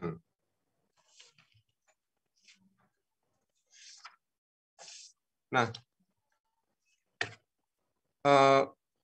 istilah komunikasi strategis ini sendiri pada awalnya adalah sebuah program komunikasi yang eksklusif berada pada ranah pemerintah dan militer. Akan tetapi sekarang sudah diperluas menjadi sebuah konsep payung yang mencakup banyak sekali kegiatan komunikasi yang diarahkan untuk tujuan tertentu, seperti public relation, komunikasi marketing, finansial, komunikasi kesehatan, diplomasi publik, dan kampanye politik. Jadi perbedaannya dengan humas pada umumnya adalah humas hanya sekedar melemparkan informasi pada masyarakat, tetapi ini kita memilah-milah. Ada aspek kita menggolong-golongkan pemangku kepentingan itu menjadi beberapa pihak, kemudian untuk masing-masing pihak kita mengusahakan sebuah penyampaian yang tailor-made, yang khusus. Jadi berbeda-beda. Kita beda pemangku kepentingan, beda lagi situasinya, kita beda lagi strategi untuk menyampaikan informasi. Nah, dalam perspektif jaringan ini, saya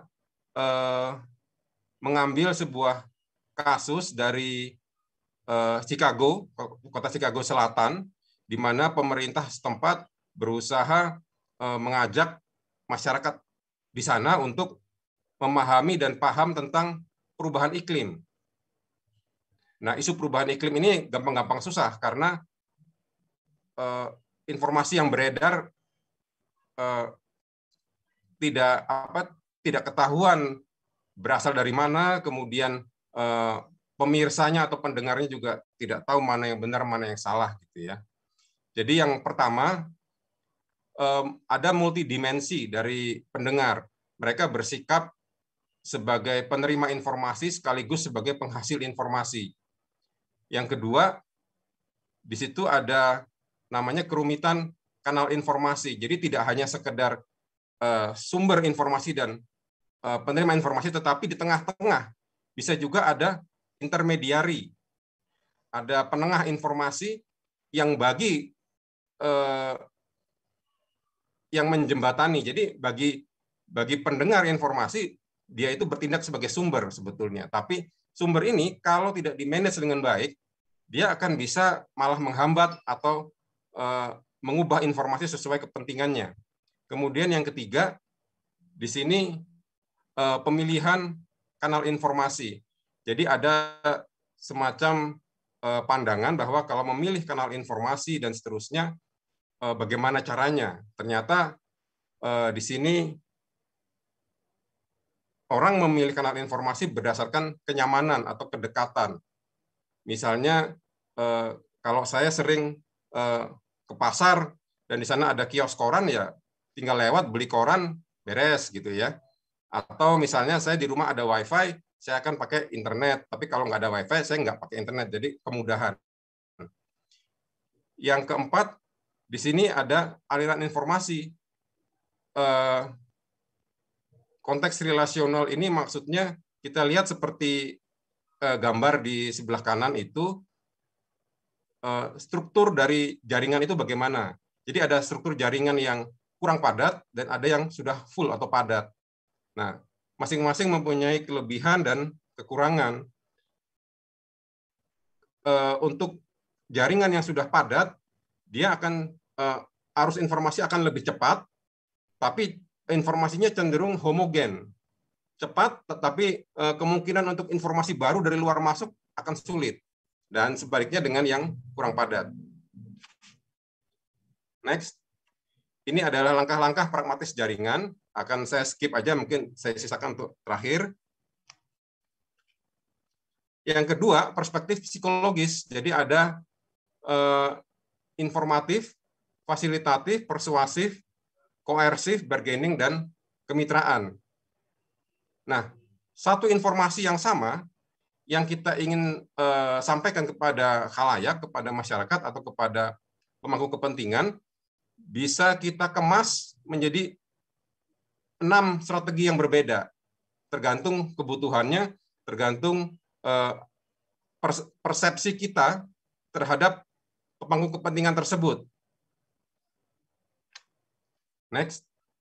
Jadi ini strategi yang di atas itu adalah tadi yang 6 tadi, ada informatif,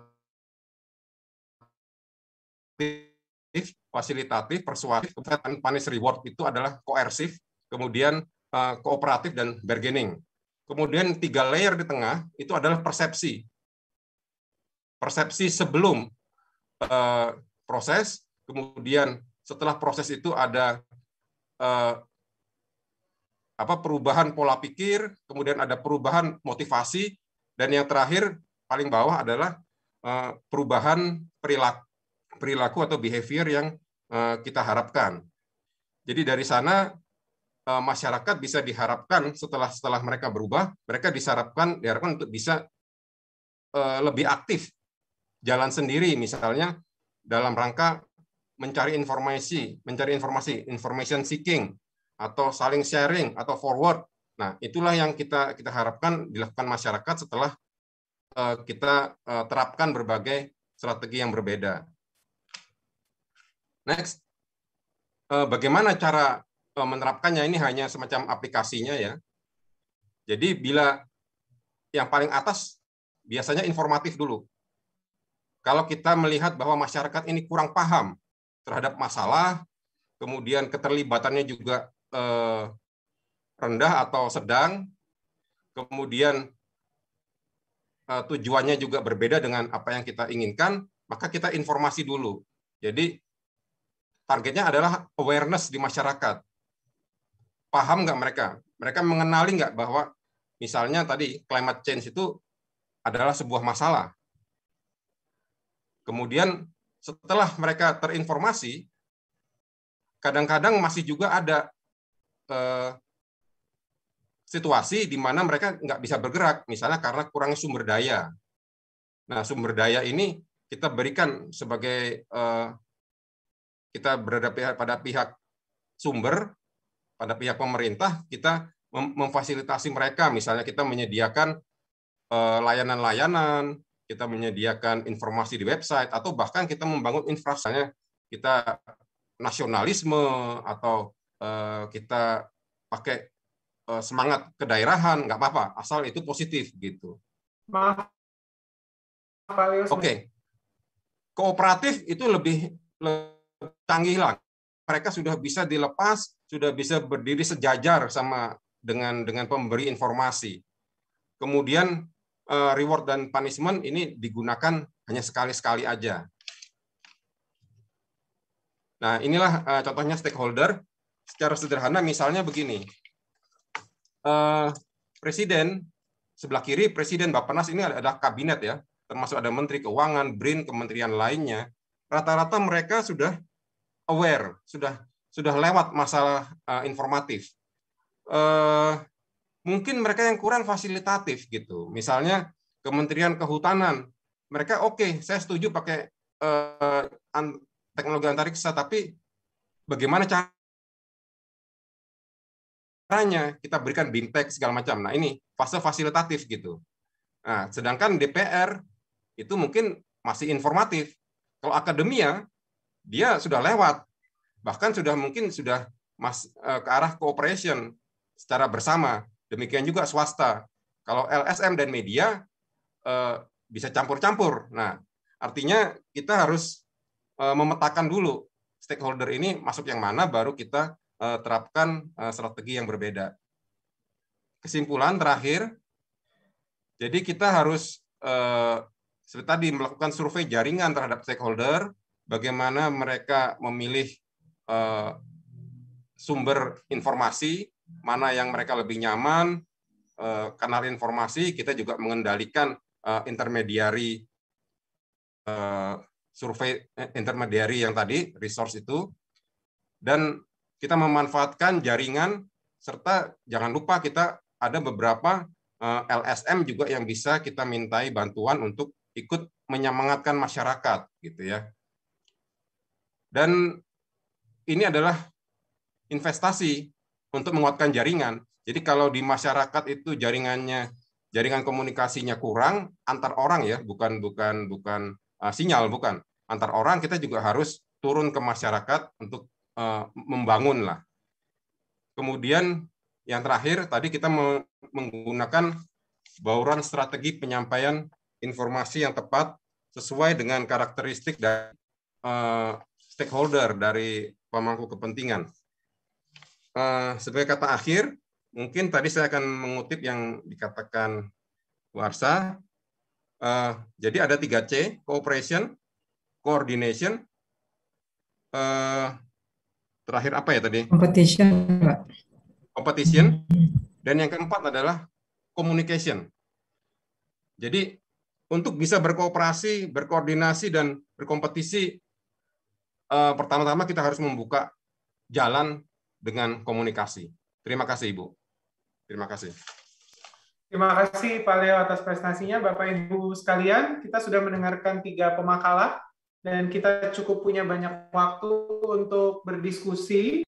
Jadi saya mengundang Bapak Ibu yang ingin mengajukan pertanyaan dengan menggunakan fitur raise hand supaya saya bisa mengidentifikasi. Silakan raise hand. Fiturnya itu ada di sebelah bawah kanan. Dengan mengklik reactions, maka nanti akan muncul raise hand. Silakan kepada 3 pemakalah dan Ibu Asra juga tentu dapat diajukan pertanyaan. Saat bertanya, mohon menyebutkan nama dan institusi asal. Silakan Bapak Ibu. Atau mungkin, Mbak Ibu Asra langsung raise. Saya kaget. Silakan Bu Asra mungkin untuk. Oke, terima kasih banyak Mas Jere. Sorry nih ya, jadi saya kira terima kasih untuk presentasinya nih para presenter yang hebat-hebat ya hari ini menurut saya ya. Ini dari kajiannya sangat menarik. Jadi banyak menambah wawasan dan pengetahuan ini ya, mulai dari yang membahas terkait dengan kondisi yang sangat lokal ya, terkait dengan Kupang. Kemudian konteks yang Kupang ini menurut saya bagaimana kemudian kita bisa melihat bahwa kita bicara global gitu ya, tapi itu berimplikasi pada level lokal gitu ya. Itu poin yang saya kira saya dapatkan dari presentasinya Mas Maulana gitu ya. Nah, Mas Maulana dari mana tadi ya institusinya? Saya dari BRIN, Bu. Oh, dari BRIN, oke. Oke, makasih Mas Maulana. Kemudian tadi yang kedua Mbak Seva ya dari UNER. Saya kira ini kajian HI-nya kental banget gitu ya. Menarik untuk melihat yang namanya space tourism dalam perspektif negara berkembang. Kemudian terakhir Pak Leo kaitannya dengan komunikasi, poin komunikasi dalam kaitannya bagaimana saya melihatnya sebagai upaya untuk melibatkan para pemangku kepentingan gitu ya, stakeholders gitu dalam isu space ini. Oke, pertanyaan saya mungkin pertama kepada Mas Maulana gitu ya.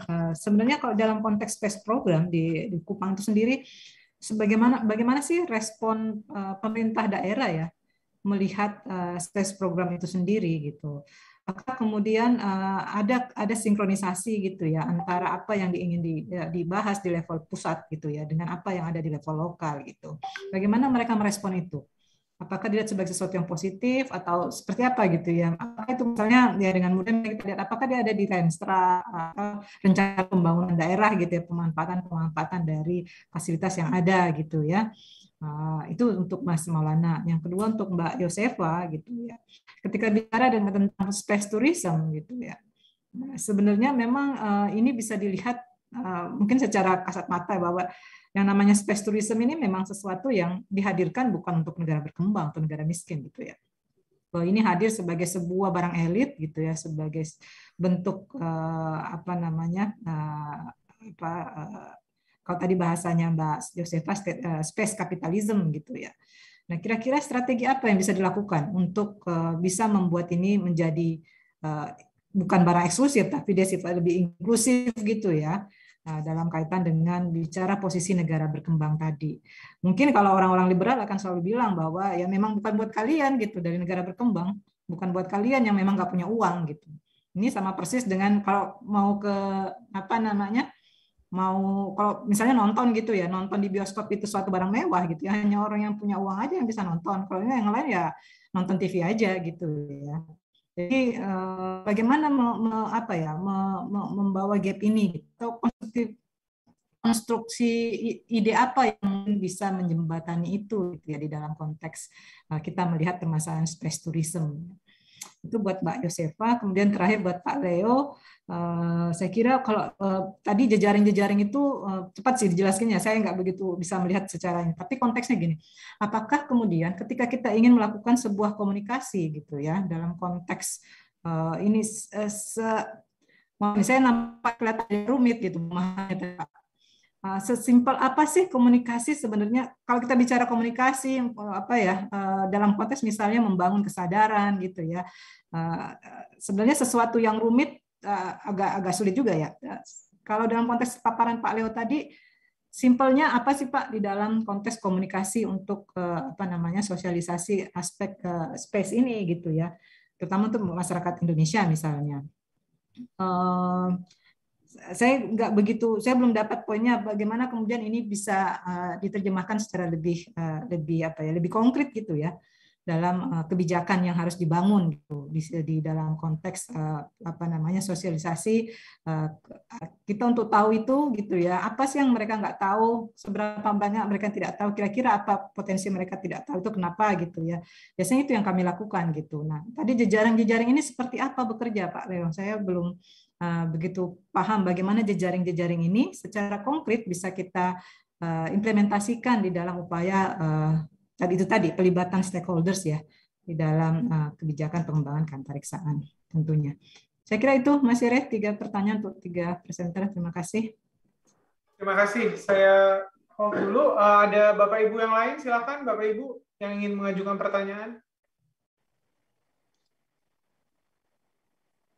Sambil menunggu yang lain, mungkin dijawab dulu ya, kalau begitu. Boleh dari Mas Maulana. Mas Maulana, raise hand karena mau bertanya atau menjawab? Mau bertanya, Pak. Oh, mau bertanya. Oke, silakan. Kalau begitu. Ya. Mohon bimbingannya dari Bu Asra.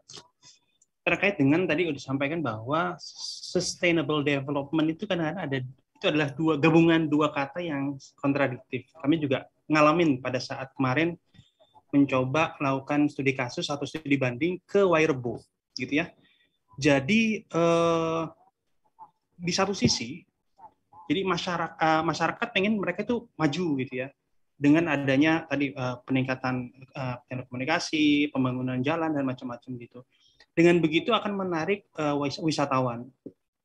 Di sisi yang lain, ternyata dengan melakukan seperti itu ada yang dikorbankan. Jadi lingkungan aslinya itu jadi mau nggak mau tadi kan yang tadinya tanah dijadikan aspal. Kemudian yang tadinya jalannya setapak itu dilebarkan menjadi 2 meter gitu. Nah ini kan sebenarnya kita sebenarnya mau berpihak pada kepentingan yang mana gitu. Ini yang memang tadi saya hanya mengutip ya benar juga memang itu terjadi di kita dan itu yang menjadi problematik dalam menyelesaikan masalah-masalah di daerah gitu.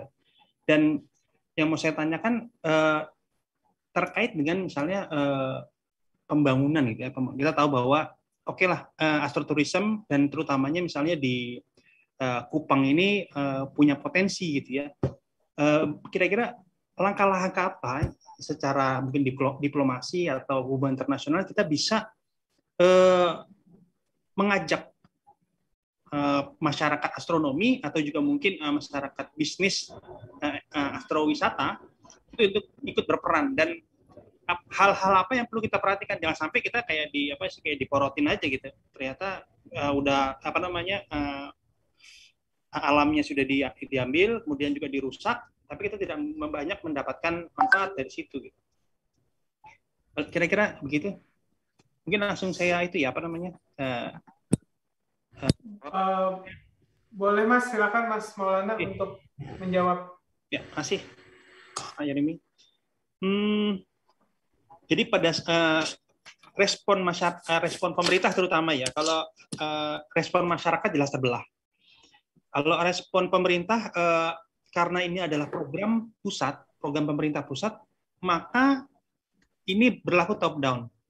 Jadi pada saat ada peraturan pemerintah terkait dengan proyek strategis nasional, mereka berbondong-bondong dari tingkat provinsi, kemudian kabupaten, mereka merubah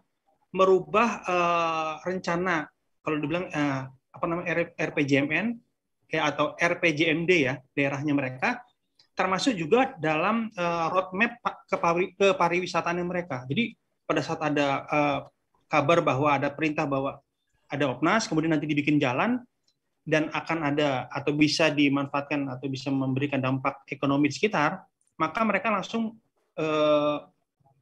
shift ke yang tadinya. Jadi gini, di Timau itu sebelumnya tidak menjadi objek wisata sebelumnya.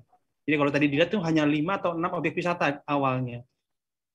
Pada saat ada OPNAS dan ada akses yang baru, maka Riparda ini ada Bu Heni dari BRIN juga. Nah, di Riparda itu mereka menyesuaikan.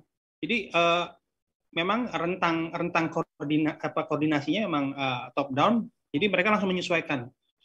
Nah, kemarin pada saat kami ke sana, yang di Dinas Kabupaten Kupang memang belum selesai, tapi mereka sedang menyusun. Jadi ada dokumennya, mereka sudah pegang dokumen. Cuman mereka bilang, oh ini Pak, mohon maaf, ini masih draft dari kami, tapi sudah selesai. Kami belum bisa share secara resmi karena akan dibahas lagi ke tingkat kepada pemerintah daerah atau bupati di situ dan juga ke provinsi NTT gitu. Jadi karena ini dicanangkan sebagai program nasional, program strategis nasional, maka mau nggak mau memang pemerintah di bawah, pemerintah daerah di sini itu mendukung. Nah, untuk respon yang lain adalah respon dari masyarakat. Jadi memang masyarakat memang mayoritas mendukung, tapi juga ada di sini terbelah juga. Jadi masyarakat yang terbuka dan melihat bahwa ada manfaat dari ada pembangunannya OPNAS ini, mereka mendukung. Tapi begitu mereka melihat ada hak-hak misalnya kan di sana masih kental terkait dengan pembagian tanah ya. Tanah adat itu di sana masih ada aturannya gitu. Dan juga pada saat mereka mau menyerahkan entah itu air, sumber air dan juga tanah, itu mereka harus melakukan upacara-upacara dan pendekatannya tidak bisa pendekatan top down, nggak bisa. Jadi mau nggak mau mereka harus diajak bicara, kemudian bagaimana apa sih kebutuhannya mereka gitu. Jadi kita diajak bicara kebutuhannya mereka apa. Akhirnya nanti kamu ngasih ini, saya ngasih ini gitu ya. Akhirnya terjadi titik tengah gitu. Nah ini yang terus diupayakan oleh rekan-rekan di daerah supaya itu titik temu itu terjadi. Karena jujur aja untuk masalah air pun itu tidak mudah. Jadi sumber air di sana sulit dan pada saat ketemu itu belum tentu mendapatkan izin karena harus ada diskusi-diskusi dan juga upacara yang harus dilakukan. Nah ini memang tantangan, tapi juga sebenarnya kita bisa jadi itu sebagai peluang kita karena pada saat kita membangun kesepakatan dengan mereka, mau nggak mau kita akan didukung dan mereka bertanggung jawab terhadap keputusan-keputusan yang diambil gitu. Dan jangan sampai kejadian misalnya kayak di tempat-tempat lain yang merasa bahwa selama beradanya fasilitas itu mereka sama sekali tidak merasa manfaat. Begitu ini akhirnya nggak terjadi ancam mengancam seperti itu di daerah itu biasa, apalagi di Indonesia Timur itu karena kesenjangan itu terlalu tampak gitu. Nah, ini yang kita nggak mau tutup mata atau enggak gitu, ini yang perlu kita ini. Terima kasih, kira-kira demikian. Terima kasih Mas Maulana atas jawabannya. Kita ke Mbak Kristanti dulu untuk menjawab. Silakan. Ya, terima kasih Bu Asra atas pertanyaannya. Ya, sebelumnya saya dari Universitas Brawijaya, bukan UNER. Ya, mendengar pertanyaan dari Bu Asra tadi itu mengingatkan saya sama salah satu penelitian ya yang kemarin sempat saya baca, di mana kasusnya ini di Malaysia gitu ya. Jadi program pengiriman astronot gitu ya untuk perjalanan luar angkasa itu kan membutuhkan daya yang sangat mahal gitu ya. Sehingga ketika suatu negara berkembang itu berhasil mengirimkan astronot mereka misalkan ke luar angkasa, yaitu akan terjadi sekali gitu ya, karena berusaha menekan biaya yang sebegitu besar gitu. Negara berusaha untuk itu gitu ya. Nah, di studi kasus di Malaysia gitu ya, dalam salah satu artikel yang saya baca tentang relasi hubungan simbiosis gitu ya antara wisata antariksa dengan program astronot dalam negara dunia ketiga gitu atau negara berkembang, dibutuhkan adanya katalis gitu ya, ketika suatu negara itu ingin mengirimkan astronot mereka gitu ya, atau ingin mempunyai suatu program astronot gitu. Nah, jadi program astronot itu kan suatu yang mahal gitu ya, sehingga ketika ketika negara itu ingin melakukannya, jadi itu dibutuhkan adanya satu program yang cocok, yang mampu untuk melibatkan sebanyak mungkin orang, yang itu biayanya lebih terjangkau, sehingga masyarakat itu memiliki satu kesadaran gitu ya, atau suatu pengertian tujuan untuk mengirimkan astronot itu untuk apa gitu, dengan biaya yang semahal itu. Itu nggak akan terjadi di negara maju karena mereka punya uang yang banyak misalkan, dan mereka juga punya pengetahuan untuk misalkan mengirim astronot, tujuan ilmiahnya untuk apa dan lain sebagainya. Tapi di negara berkembang itu kemudian menjadi PR gitu. Sehingga di Malaysia kemudian dibangunlah satu program wisata antariksa gitu ya, yang mana pemerintah itu membuat program-program pengembangan pariwisata luar angkasa yang melibatkan sebanyak mungkin masyarakat umum gitu. Jadi mereka menyelenggarakan program publik kayak kuliah pariwisata luar angkasa, kemudian pameran, kompetisi, serta memberikan dukungan administratif buat aktivis dan organisasi luar angkasa dan lain-lain. Yang itu membuat program ini seolah-olah membuat orang-orang itu merasa mereka adalah bagian dari proyek ini gitu, sehingga memberikan kesempatan untuk ketika program astronot itu dijalankan, itu menjadi katalis penting untuk pariwisata luar angkasa, dan itu berkembang menjadi satu program perjalanan yang kemudian diterima secara publik. Nah, saya kira itu salah satu program yang menarik gitu ya untuk dijalankan dalam negara negara berkembang gitu ya, karena kemudian idenya itu istilahnya mungkin dalam konsep yang sederhana itu membumikan antariksa gitu ya sebagai sesuatu yang jauh gitu, tapi bisa bertujuan gitu ya, atau memiliki tujuan gitu untuk dilakukan gitu. Ya mungkin itu masih ide yang sangat jauh ya, industri antariksa, pariwisata antariksa itu, dan mungkin akan panjang perjalanannya untuk ke sana bagi negara berkembang.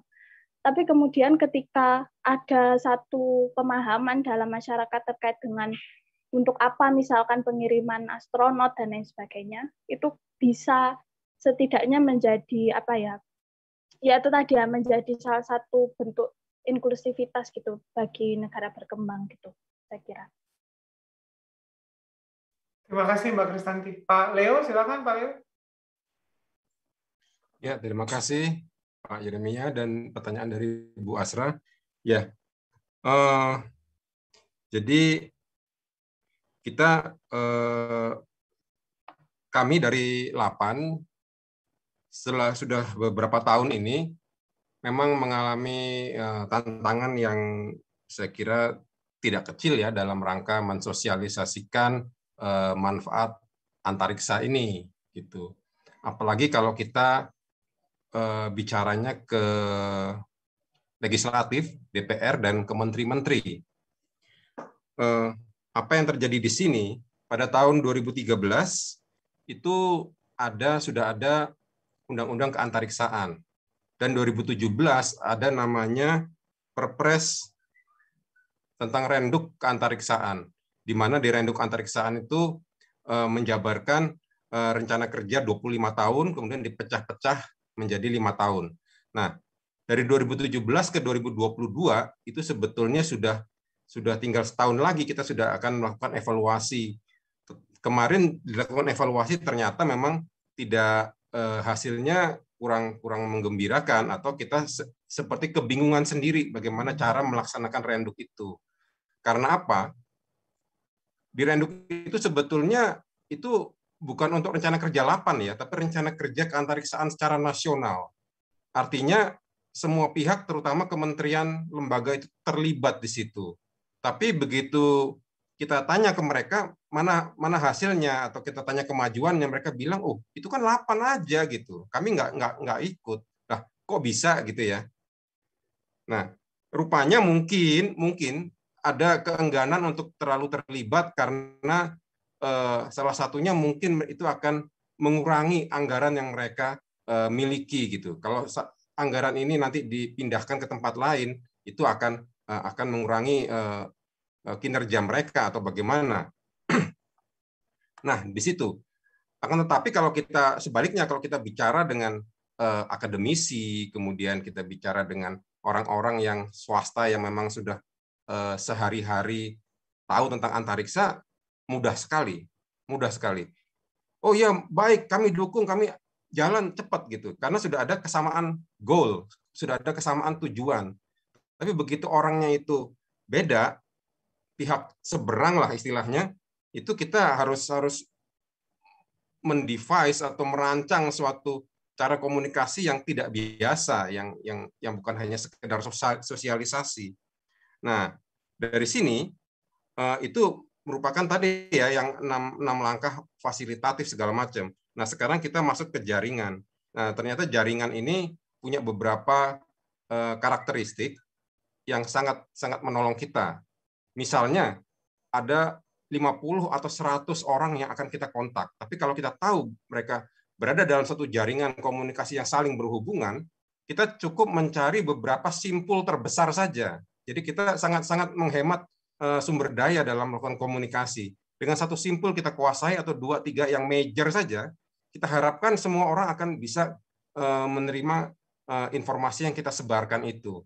Nah, sebetulnya itu ya, kita memanfaatkan fenomena komunikasi jaringan dengan untuk efisiensi usaha komunikasi kita gitu. Terima kasih, Bu. Terima kasih Pak Leo. Tadi ada pertanyaan juga untuk Bu Asra. Silakan Bu Asra. Ini sesi bertanya antara sesama presenter. Oke, terima kasih. Pertama terima kasih juga untuk responnya ya, Mas Maulana, Mbak Yosefa, dan Pak Leo. Mungkin nanti komentar lebih lanjut lagi ya setelah saya mengomentari pertanyaan dari Mas Maulana tadi ya, terkait dengan sebenarnya bagaimana gitu ya pengelolaan kalau kita kaitkan dengan misalnya pengembangan turisme ya di Kupang sana gitu ya. Saya kira yang harus dipahami pertama bahwa yang namanya sustainability itu memang membangun itu hampir sama dengan merusak gitu kan istilahnya gitu ya. Kalau mau dikatakan demikian gitu. Nah, kemudian jargon sustainability ini sebenarnya hadir untuk kemudian memastikan bahwa kalaupun dia ada kerusakan itu dia tidak sedemikian rupa gitu ya, rusak. Bahwa itu ada rusak pasti. Kalau kemudian tidak kembali seperti biasanya ya memang begitu gitu ya. Jadi yang harus dikurangi ada meminimalkan dampak dari pembangunan tersebut gitu ya. Makanya kemudian istilah principle of sustainability ini menjadi penting gitu ya. Konteks kalau saya melihat ya bagaimana kemudian tadi pertanyaan bagaimana kemudian menjembatani antara yang menjadi kepentingan untuk pengembangan turisme dengan sustainability itu sendiri. Kalau tadi kan ada istilah sustainable tourism gitu ya. Jadi pariwisata yang berkelanjutan gitu kan. Nah, bagaimana sih sebenarnya pariwisata yang berkelanjutan itu ya? Yang pasti bahwa pengembangan turisme itu harus memastikan adanya prinsip sustainability itu sendiri gitu ya. Dan bagaimana kemudian prinsip sustainability ini adalah disinilah kemudian peran pemerintah untuk melihat gitu ya. Kalau dia dalam tadi ada rencana induk pengembangan pariwisata daerah gitu misalnya, untuk misalnya memastikan bahwa kondisi yang ideal untuk proses pembangunan itu seperti apa, misalnya berapa besar jalan yang harus dibuat gitu ya, yang tidak merusak. Jangan bicara misalnya dalam konteks lingkungan saja, tapi juga culture biasanya ada dampak ya terhadap culture gitu ya, atau budaya dari masyarakat setempat yang kemudian pelan-pelan bergeser karena proses pembangunan itu sendiri gitu ya. Nah, itu juga jadi satu dampak yang perlu juga dikritisi gitu ya. Nah, sustainability ini sendiri memperlihatkan bagaimana, sebenarnya menyarankan gitu ya, bagaimana sebenarnya mengupayakan sebuah pembangunan yang tidak secara totally gitu melakukan perusakan gitu ya. Jadi kalau menurut saya yang harus dilakukan adalah memastikan sebenarnya perencanaan seperti apa turisme yang akan dilakukan gitu, yang sesuai dengan kapasitas lingkungan di sekitarnya. Atau misalnya yang pastikan biasanya ada feasibility study gitu ya, misalnya dilakukan itu terlebih dahulu untuk memastikan bahwa, atau AMDAL gitu ya, kaitannya dengan dampaknya terhadap lingkungan, itu menjadi penting dilakukan secara serius. Dan seringkali yang dilakukan kan di atas, seringkali di atas kertas gitu ya, proses AMDAL itu gitu ya. Dan tentu kita berharap bahwa ini dilakukan secara serius supaya tidak menimbulkan dampak-dampak yang secara lingkungan nanti bisa berdampak negatif untuk keberlanjutannya. Yang juga kemudian harus dipahami bahwa kita sendiri secara turisme ini kan, aspek turisme ini kan menjadi satu backbone ya untuk nasional ekonomi kita ya. Sebenarnya bukan hanya Indonesia tapi di banyak negara gitu ya. Dan kenapa dia menjadi national backbone juga ekonomi ya, backbone dari nasional ekonomi, salah satunya juga karena ada kaitan juga harus dipahami turisme sebagai satu sektor yang sangat terkait dengan hal-hal lainnya, misalnya terkait dengan employment gitu ya. Kemudian kaitannya juga dengan bagaimana memaksimalkan peran perempuan di sektor pariwisata, pemuda gitu di sektor pariwisata ini sendiri, dan hal-hal lainnya gitu ya. Jadi, dan yang seringkali menjadi masalah ketika kita memang harus bicara bahwa sektor turisme itu sangat erat kaitannya dengan sektor transportasi. Nah, ini yang seringkali kemudian menjadi sesuatu yang harus hati-hati gitu ya dalam mengambil kebijakan ketika kita bicara sektor transportasi, pembukaan jalan gitu ya, segala macamnya. Cuma yang lagi-lagi kalau menurut saya yang harus dilakukan memang harus jelas gitu ya, pemerintah itu mau mengarahkan kemana pembangunan sektor turismenya, sektor turisme atau turisme seperti apa yang akan dibangun gitu ya, dan kemudian dilakukan assessment gitu ya. Assessment secara lingkungan, secara ekonomi, dan secara sosial budaya. Itu 3 hal yang menurut saya harus jelas gitu ya sebelum pengembangan sebuah ide. Nah, kalau sekarang kan ramai dengan sustainable tourism itu ya, tapi ini kan jargon ya. Ini maksudnya ini dalam konteks wacana ataupun konsep ya sustainable tourism. Tapi bagaimana mengimplementasikan itu kembali lagi pada aktor-aktor yang berkepentingan di dalamnya gitu. Bagaimana mereka merumuskan tujuan dari turisme itu sendiri, gitu ya.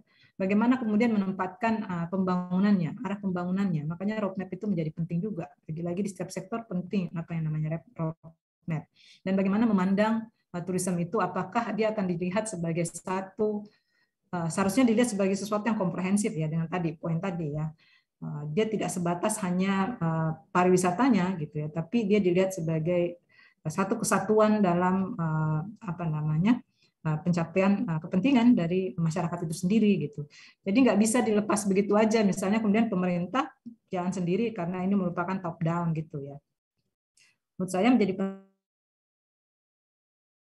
penting pasti memang kebutuhannya bagi masyarakat setempat itu satu. Maupun secara ekonomi memang kelihatannya turisme ini di hampir semua daerah menjadi satu sektor unggulan ya yang diutamakan. Sehingga memang butuh kehati-hatian gitu ya. Kalau kita ingin menempatkan turisme ini sebagai satu sektor yang bisa dikembangkan di satu wilayah tertentu. Makanya kalau misalnya lagi-lagi ini pemerintah atau konteks negara dalam konteks ini ya, jadi penting terlibat gitu, memainkan peran untuk memastikan bahwa proses pembangunan sektor pariwisatanya itu memang yang memandang atau menggunakan prinsip sustainability itu sendiri. Kemudian kalau kaitan dengan pelibatan sektor private sector misalnya ya, memastikan betul bahwa ketika terlibat di dalam proses tersebut gitu ya, aspek tanggung jawab sosial itu jelas ada gitu ya, dan itu jelas dilakukan gitu. Aspek tanggung jawab sosial ini kalau kita bicara misalnya dalam konteks CSR, Corporate Social Responsibility, atau di undang-undang kita itu bicara sebenarnya tanggung jawab sosial lingkungan gitu ya,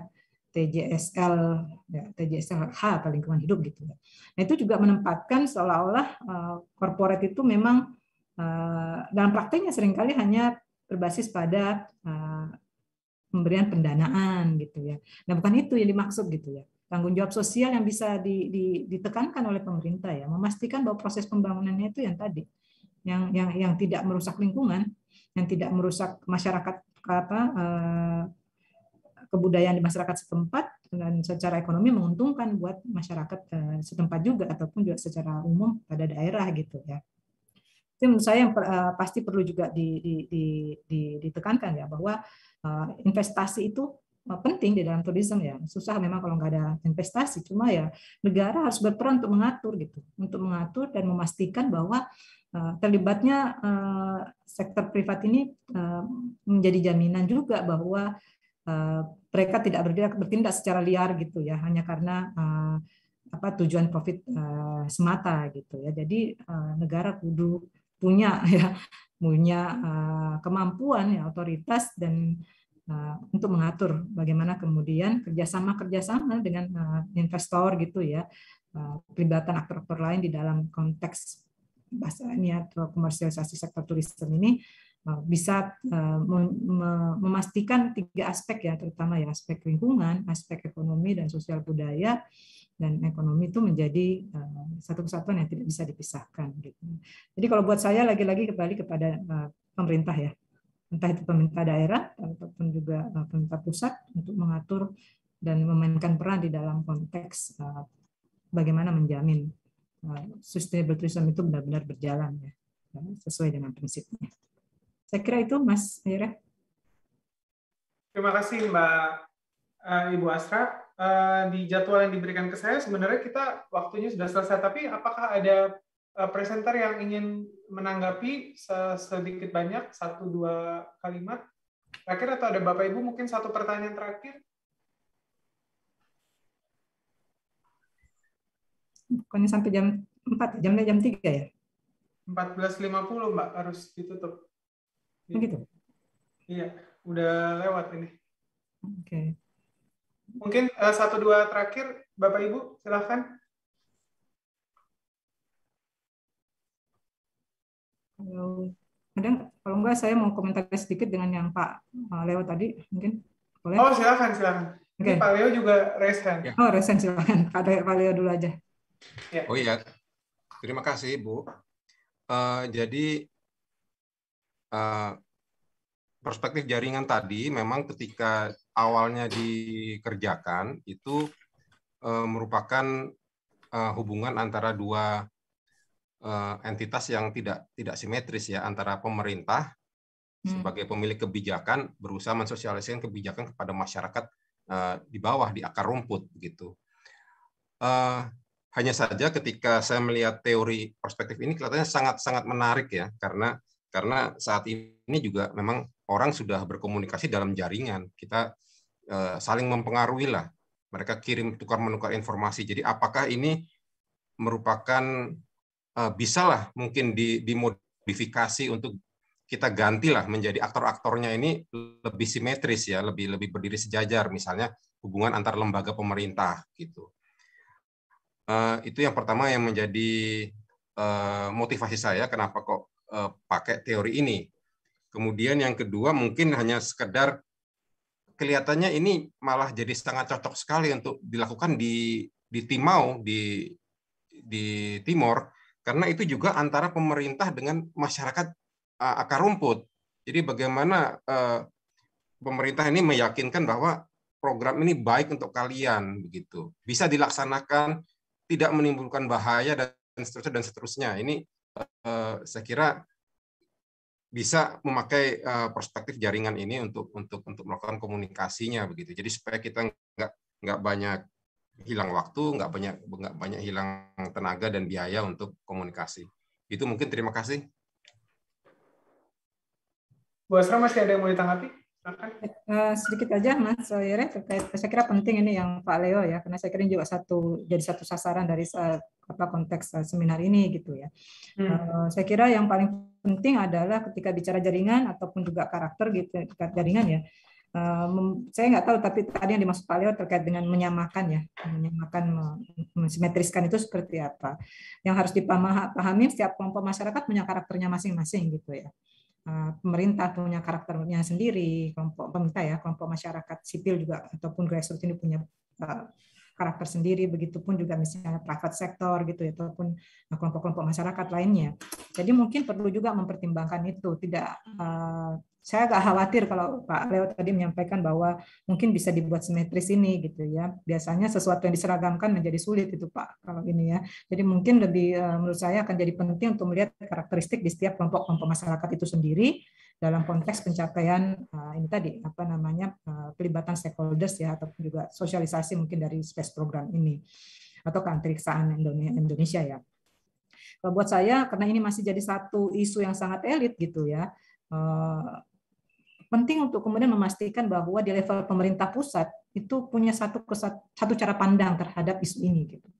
Bagaimana mungkin bicara di level masyarakat kalau pemerintahnya sendiri masih terbelah-belah dan melihat ini sebagai satu isu yang nggak penting buat saya, nggak ada ini segala macam ya. Jadi satu cara pandang ini menjadi satu kata kunci menurut saya untuk bisa kita menyampaikan ini ke level masyarakat. Jadi pemerintah inilah yang harusnya jadi menurut saya dalam waktu dekat yang harus disasar dulu nih pemerintahnya gitu. Ya, walaupun tadi di Renduk misalnya sudah ada, tapi kan nampaknya masing-masing sibuk dengan cara pandang masing-masing. Nggak salah juga gitu ya misalnya. Tapi makanya perlu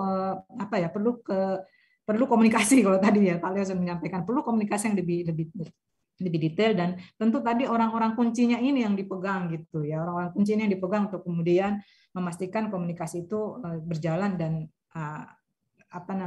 space program ini menjadi isu yang sama-sama disepakati sebagai isu yang strategis yang harus sama-sama melibatkan semua stakeholders dan disampaikan lebih detail lagi kepada masyarakat, kelompok-kelompok masyarakat lainnya. Jadi agak sulit kalau menurut saya kita melihatnya secara simultan gitu ya. Karena ini bicara bahwa ini isu yang masih sangat masih sangat elit eksklusif gitu ya. Jadi mungkin ada baiknya membuat semacam peta tentang aktor-aktor mana yang diutamakan di tahun pertama, di tahun kedua kemudian siapa, tahun ketiga seperti apa, dan nanti sasarannya kemana aja, strateginya apa gitu ya, jejaring-jejaring apa kalau tadi Pak Leo bilang jejaring-jejaring apa yang mau digunakan dalam proses sosialisasi ataupun upaya pelibatan stakeholders itu sendiri. Saya kira itu, Mas Yere. Mohon maaf lebih dan kurangnya. Terima kasih banyak, Bu Asra. Saya kira diskusi yang terjalin sangat menarik ya, walaupun terjadi di antara sesama presenter. Tapi buat saya sangat mencerahkan sekali, terutama bagaimana kita memandang isu peran keantariksaan ini dalam transformasi masyarakat dengan menekankan bahwa sebetulnya keantariksaan harusnya memberikan manfaat untuk banyak orang, bukan hanya segelintir orang. Dan ini yang diusahakan oleh Mas Maulana dan yang dikritisi oleh Mbak Kristanti, dan Pak Leo meng-highlight bagaimana kita mengkomunikasikannya. Strategi komunikasi jelas diperlukan agar peran keantariksaan dapat dipahami oleh masyarakat pentingnya, sehingga masyarakat juga dapat memberikan dukungan. Dan yang tadi Mbak Asra highlight juga adalah bagaimana ini semua juga harus menempatkan pemerintah sebagai aktor kunci sehingga dapat menjamin tadi ya bahwa ini dirasakan oleh banyak orang, bukan hanya oleh segelintir orang, dan dapat dimanfaatkan untuk kemaslahatan nasional begitu ya kira-kira. Terima kasih Bapak Ibu presenter, Ibu Asra, invited speakers kita pada hari ini atas pemaparan yang semua menarik. Saya diminta menyampaikan secara simbolis pertama plakat kepada Ibu Asra sebagai token of appreciation dari penyelenggara seminar. Silakan Mas Ivan. Oh, itu di layar yang satu lagi ya, Ibu Asra, yang bisa muter itu. Lalu Lalu plakat pertama kepada Mas Maulana dan tim atas presentasi papernya, terima kasih banyak. Lalu kedua kepada Mbak Kristanti Yosefa atas paparan makalahnya, dan yang terakhir untuk Pak Leo. Terima kasih banyak Pak Leo atas presentasi paper yang sudah dilaksanakan dengan amat sangat baik. Saya juga diminta untuk mengumumkan bahwa seminar nasional masih akan berlanjut besok pada tanggal 16 September, di mana akan ada pembacaan rekomendasi hasil seminar nasional KPA 2021 dan pengumuman best presenter dan calon dari peraih predikat tersebut. Dengan demikian, saya mengucapkan sekali lagi terima kasih atas partisipasi dan presentasi makalah yang sudah disampaikan. Semoga ini dapat bergulir ke depannya menjadi kontribusi bagaimana LAPAN dapat menjadi aktor sentral dalam diplomasi keantariksaan di Indonesia. Terima kasih banyak. Selamat sore, selamat siang menjelang sore. Terima kasih Mas Yere, Terima kasih Bu Asra. Terima kasih Mas Maulana. Bu Asra, Pak Yeri. Saya kembalikan ke host. Terima kasih.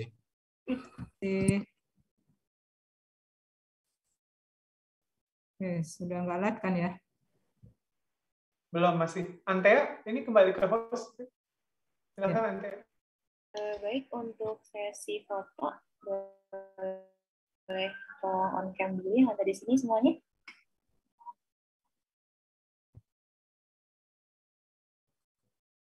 Pak Leo udah hilang ya? Pak Leo. Pak Leo-nya udah lihat. Terus apa sih Mas? Sudah saya capture tadi Mas Leo. Oke. Kita ambil sekali lagi aja. Oke, untuk yang ada di sini bisa tolong on cam dulu. Di hitungan ketiga akan mulai ya. 1, 2, 3. Mas Ivan ada slide kedua nggak Mas? Nggak ada. Nggak ada, oke. Sekian dari seminar hari ini. Semoga hari Anda semua menyenangkan. Terima kasih atas perhatiannya. Kami izin undur diri. Selamat siang. Selamat siang.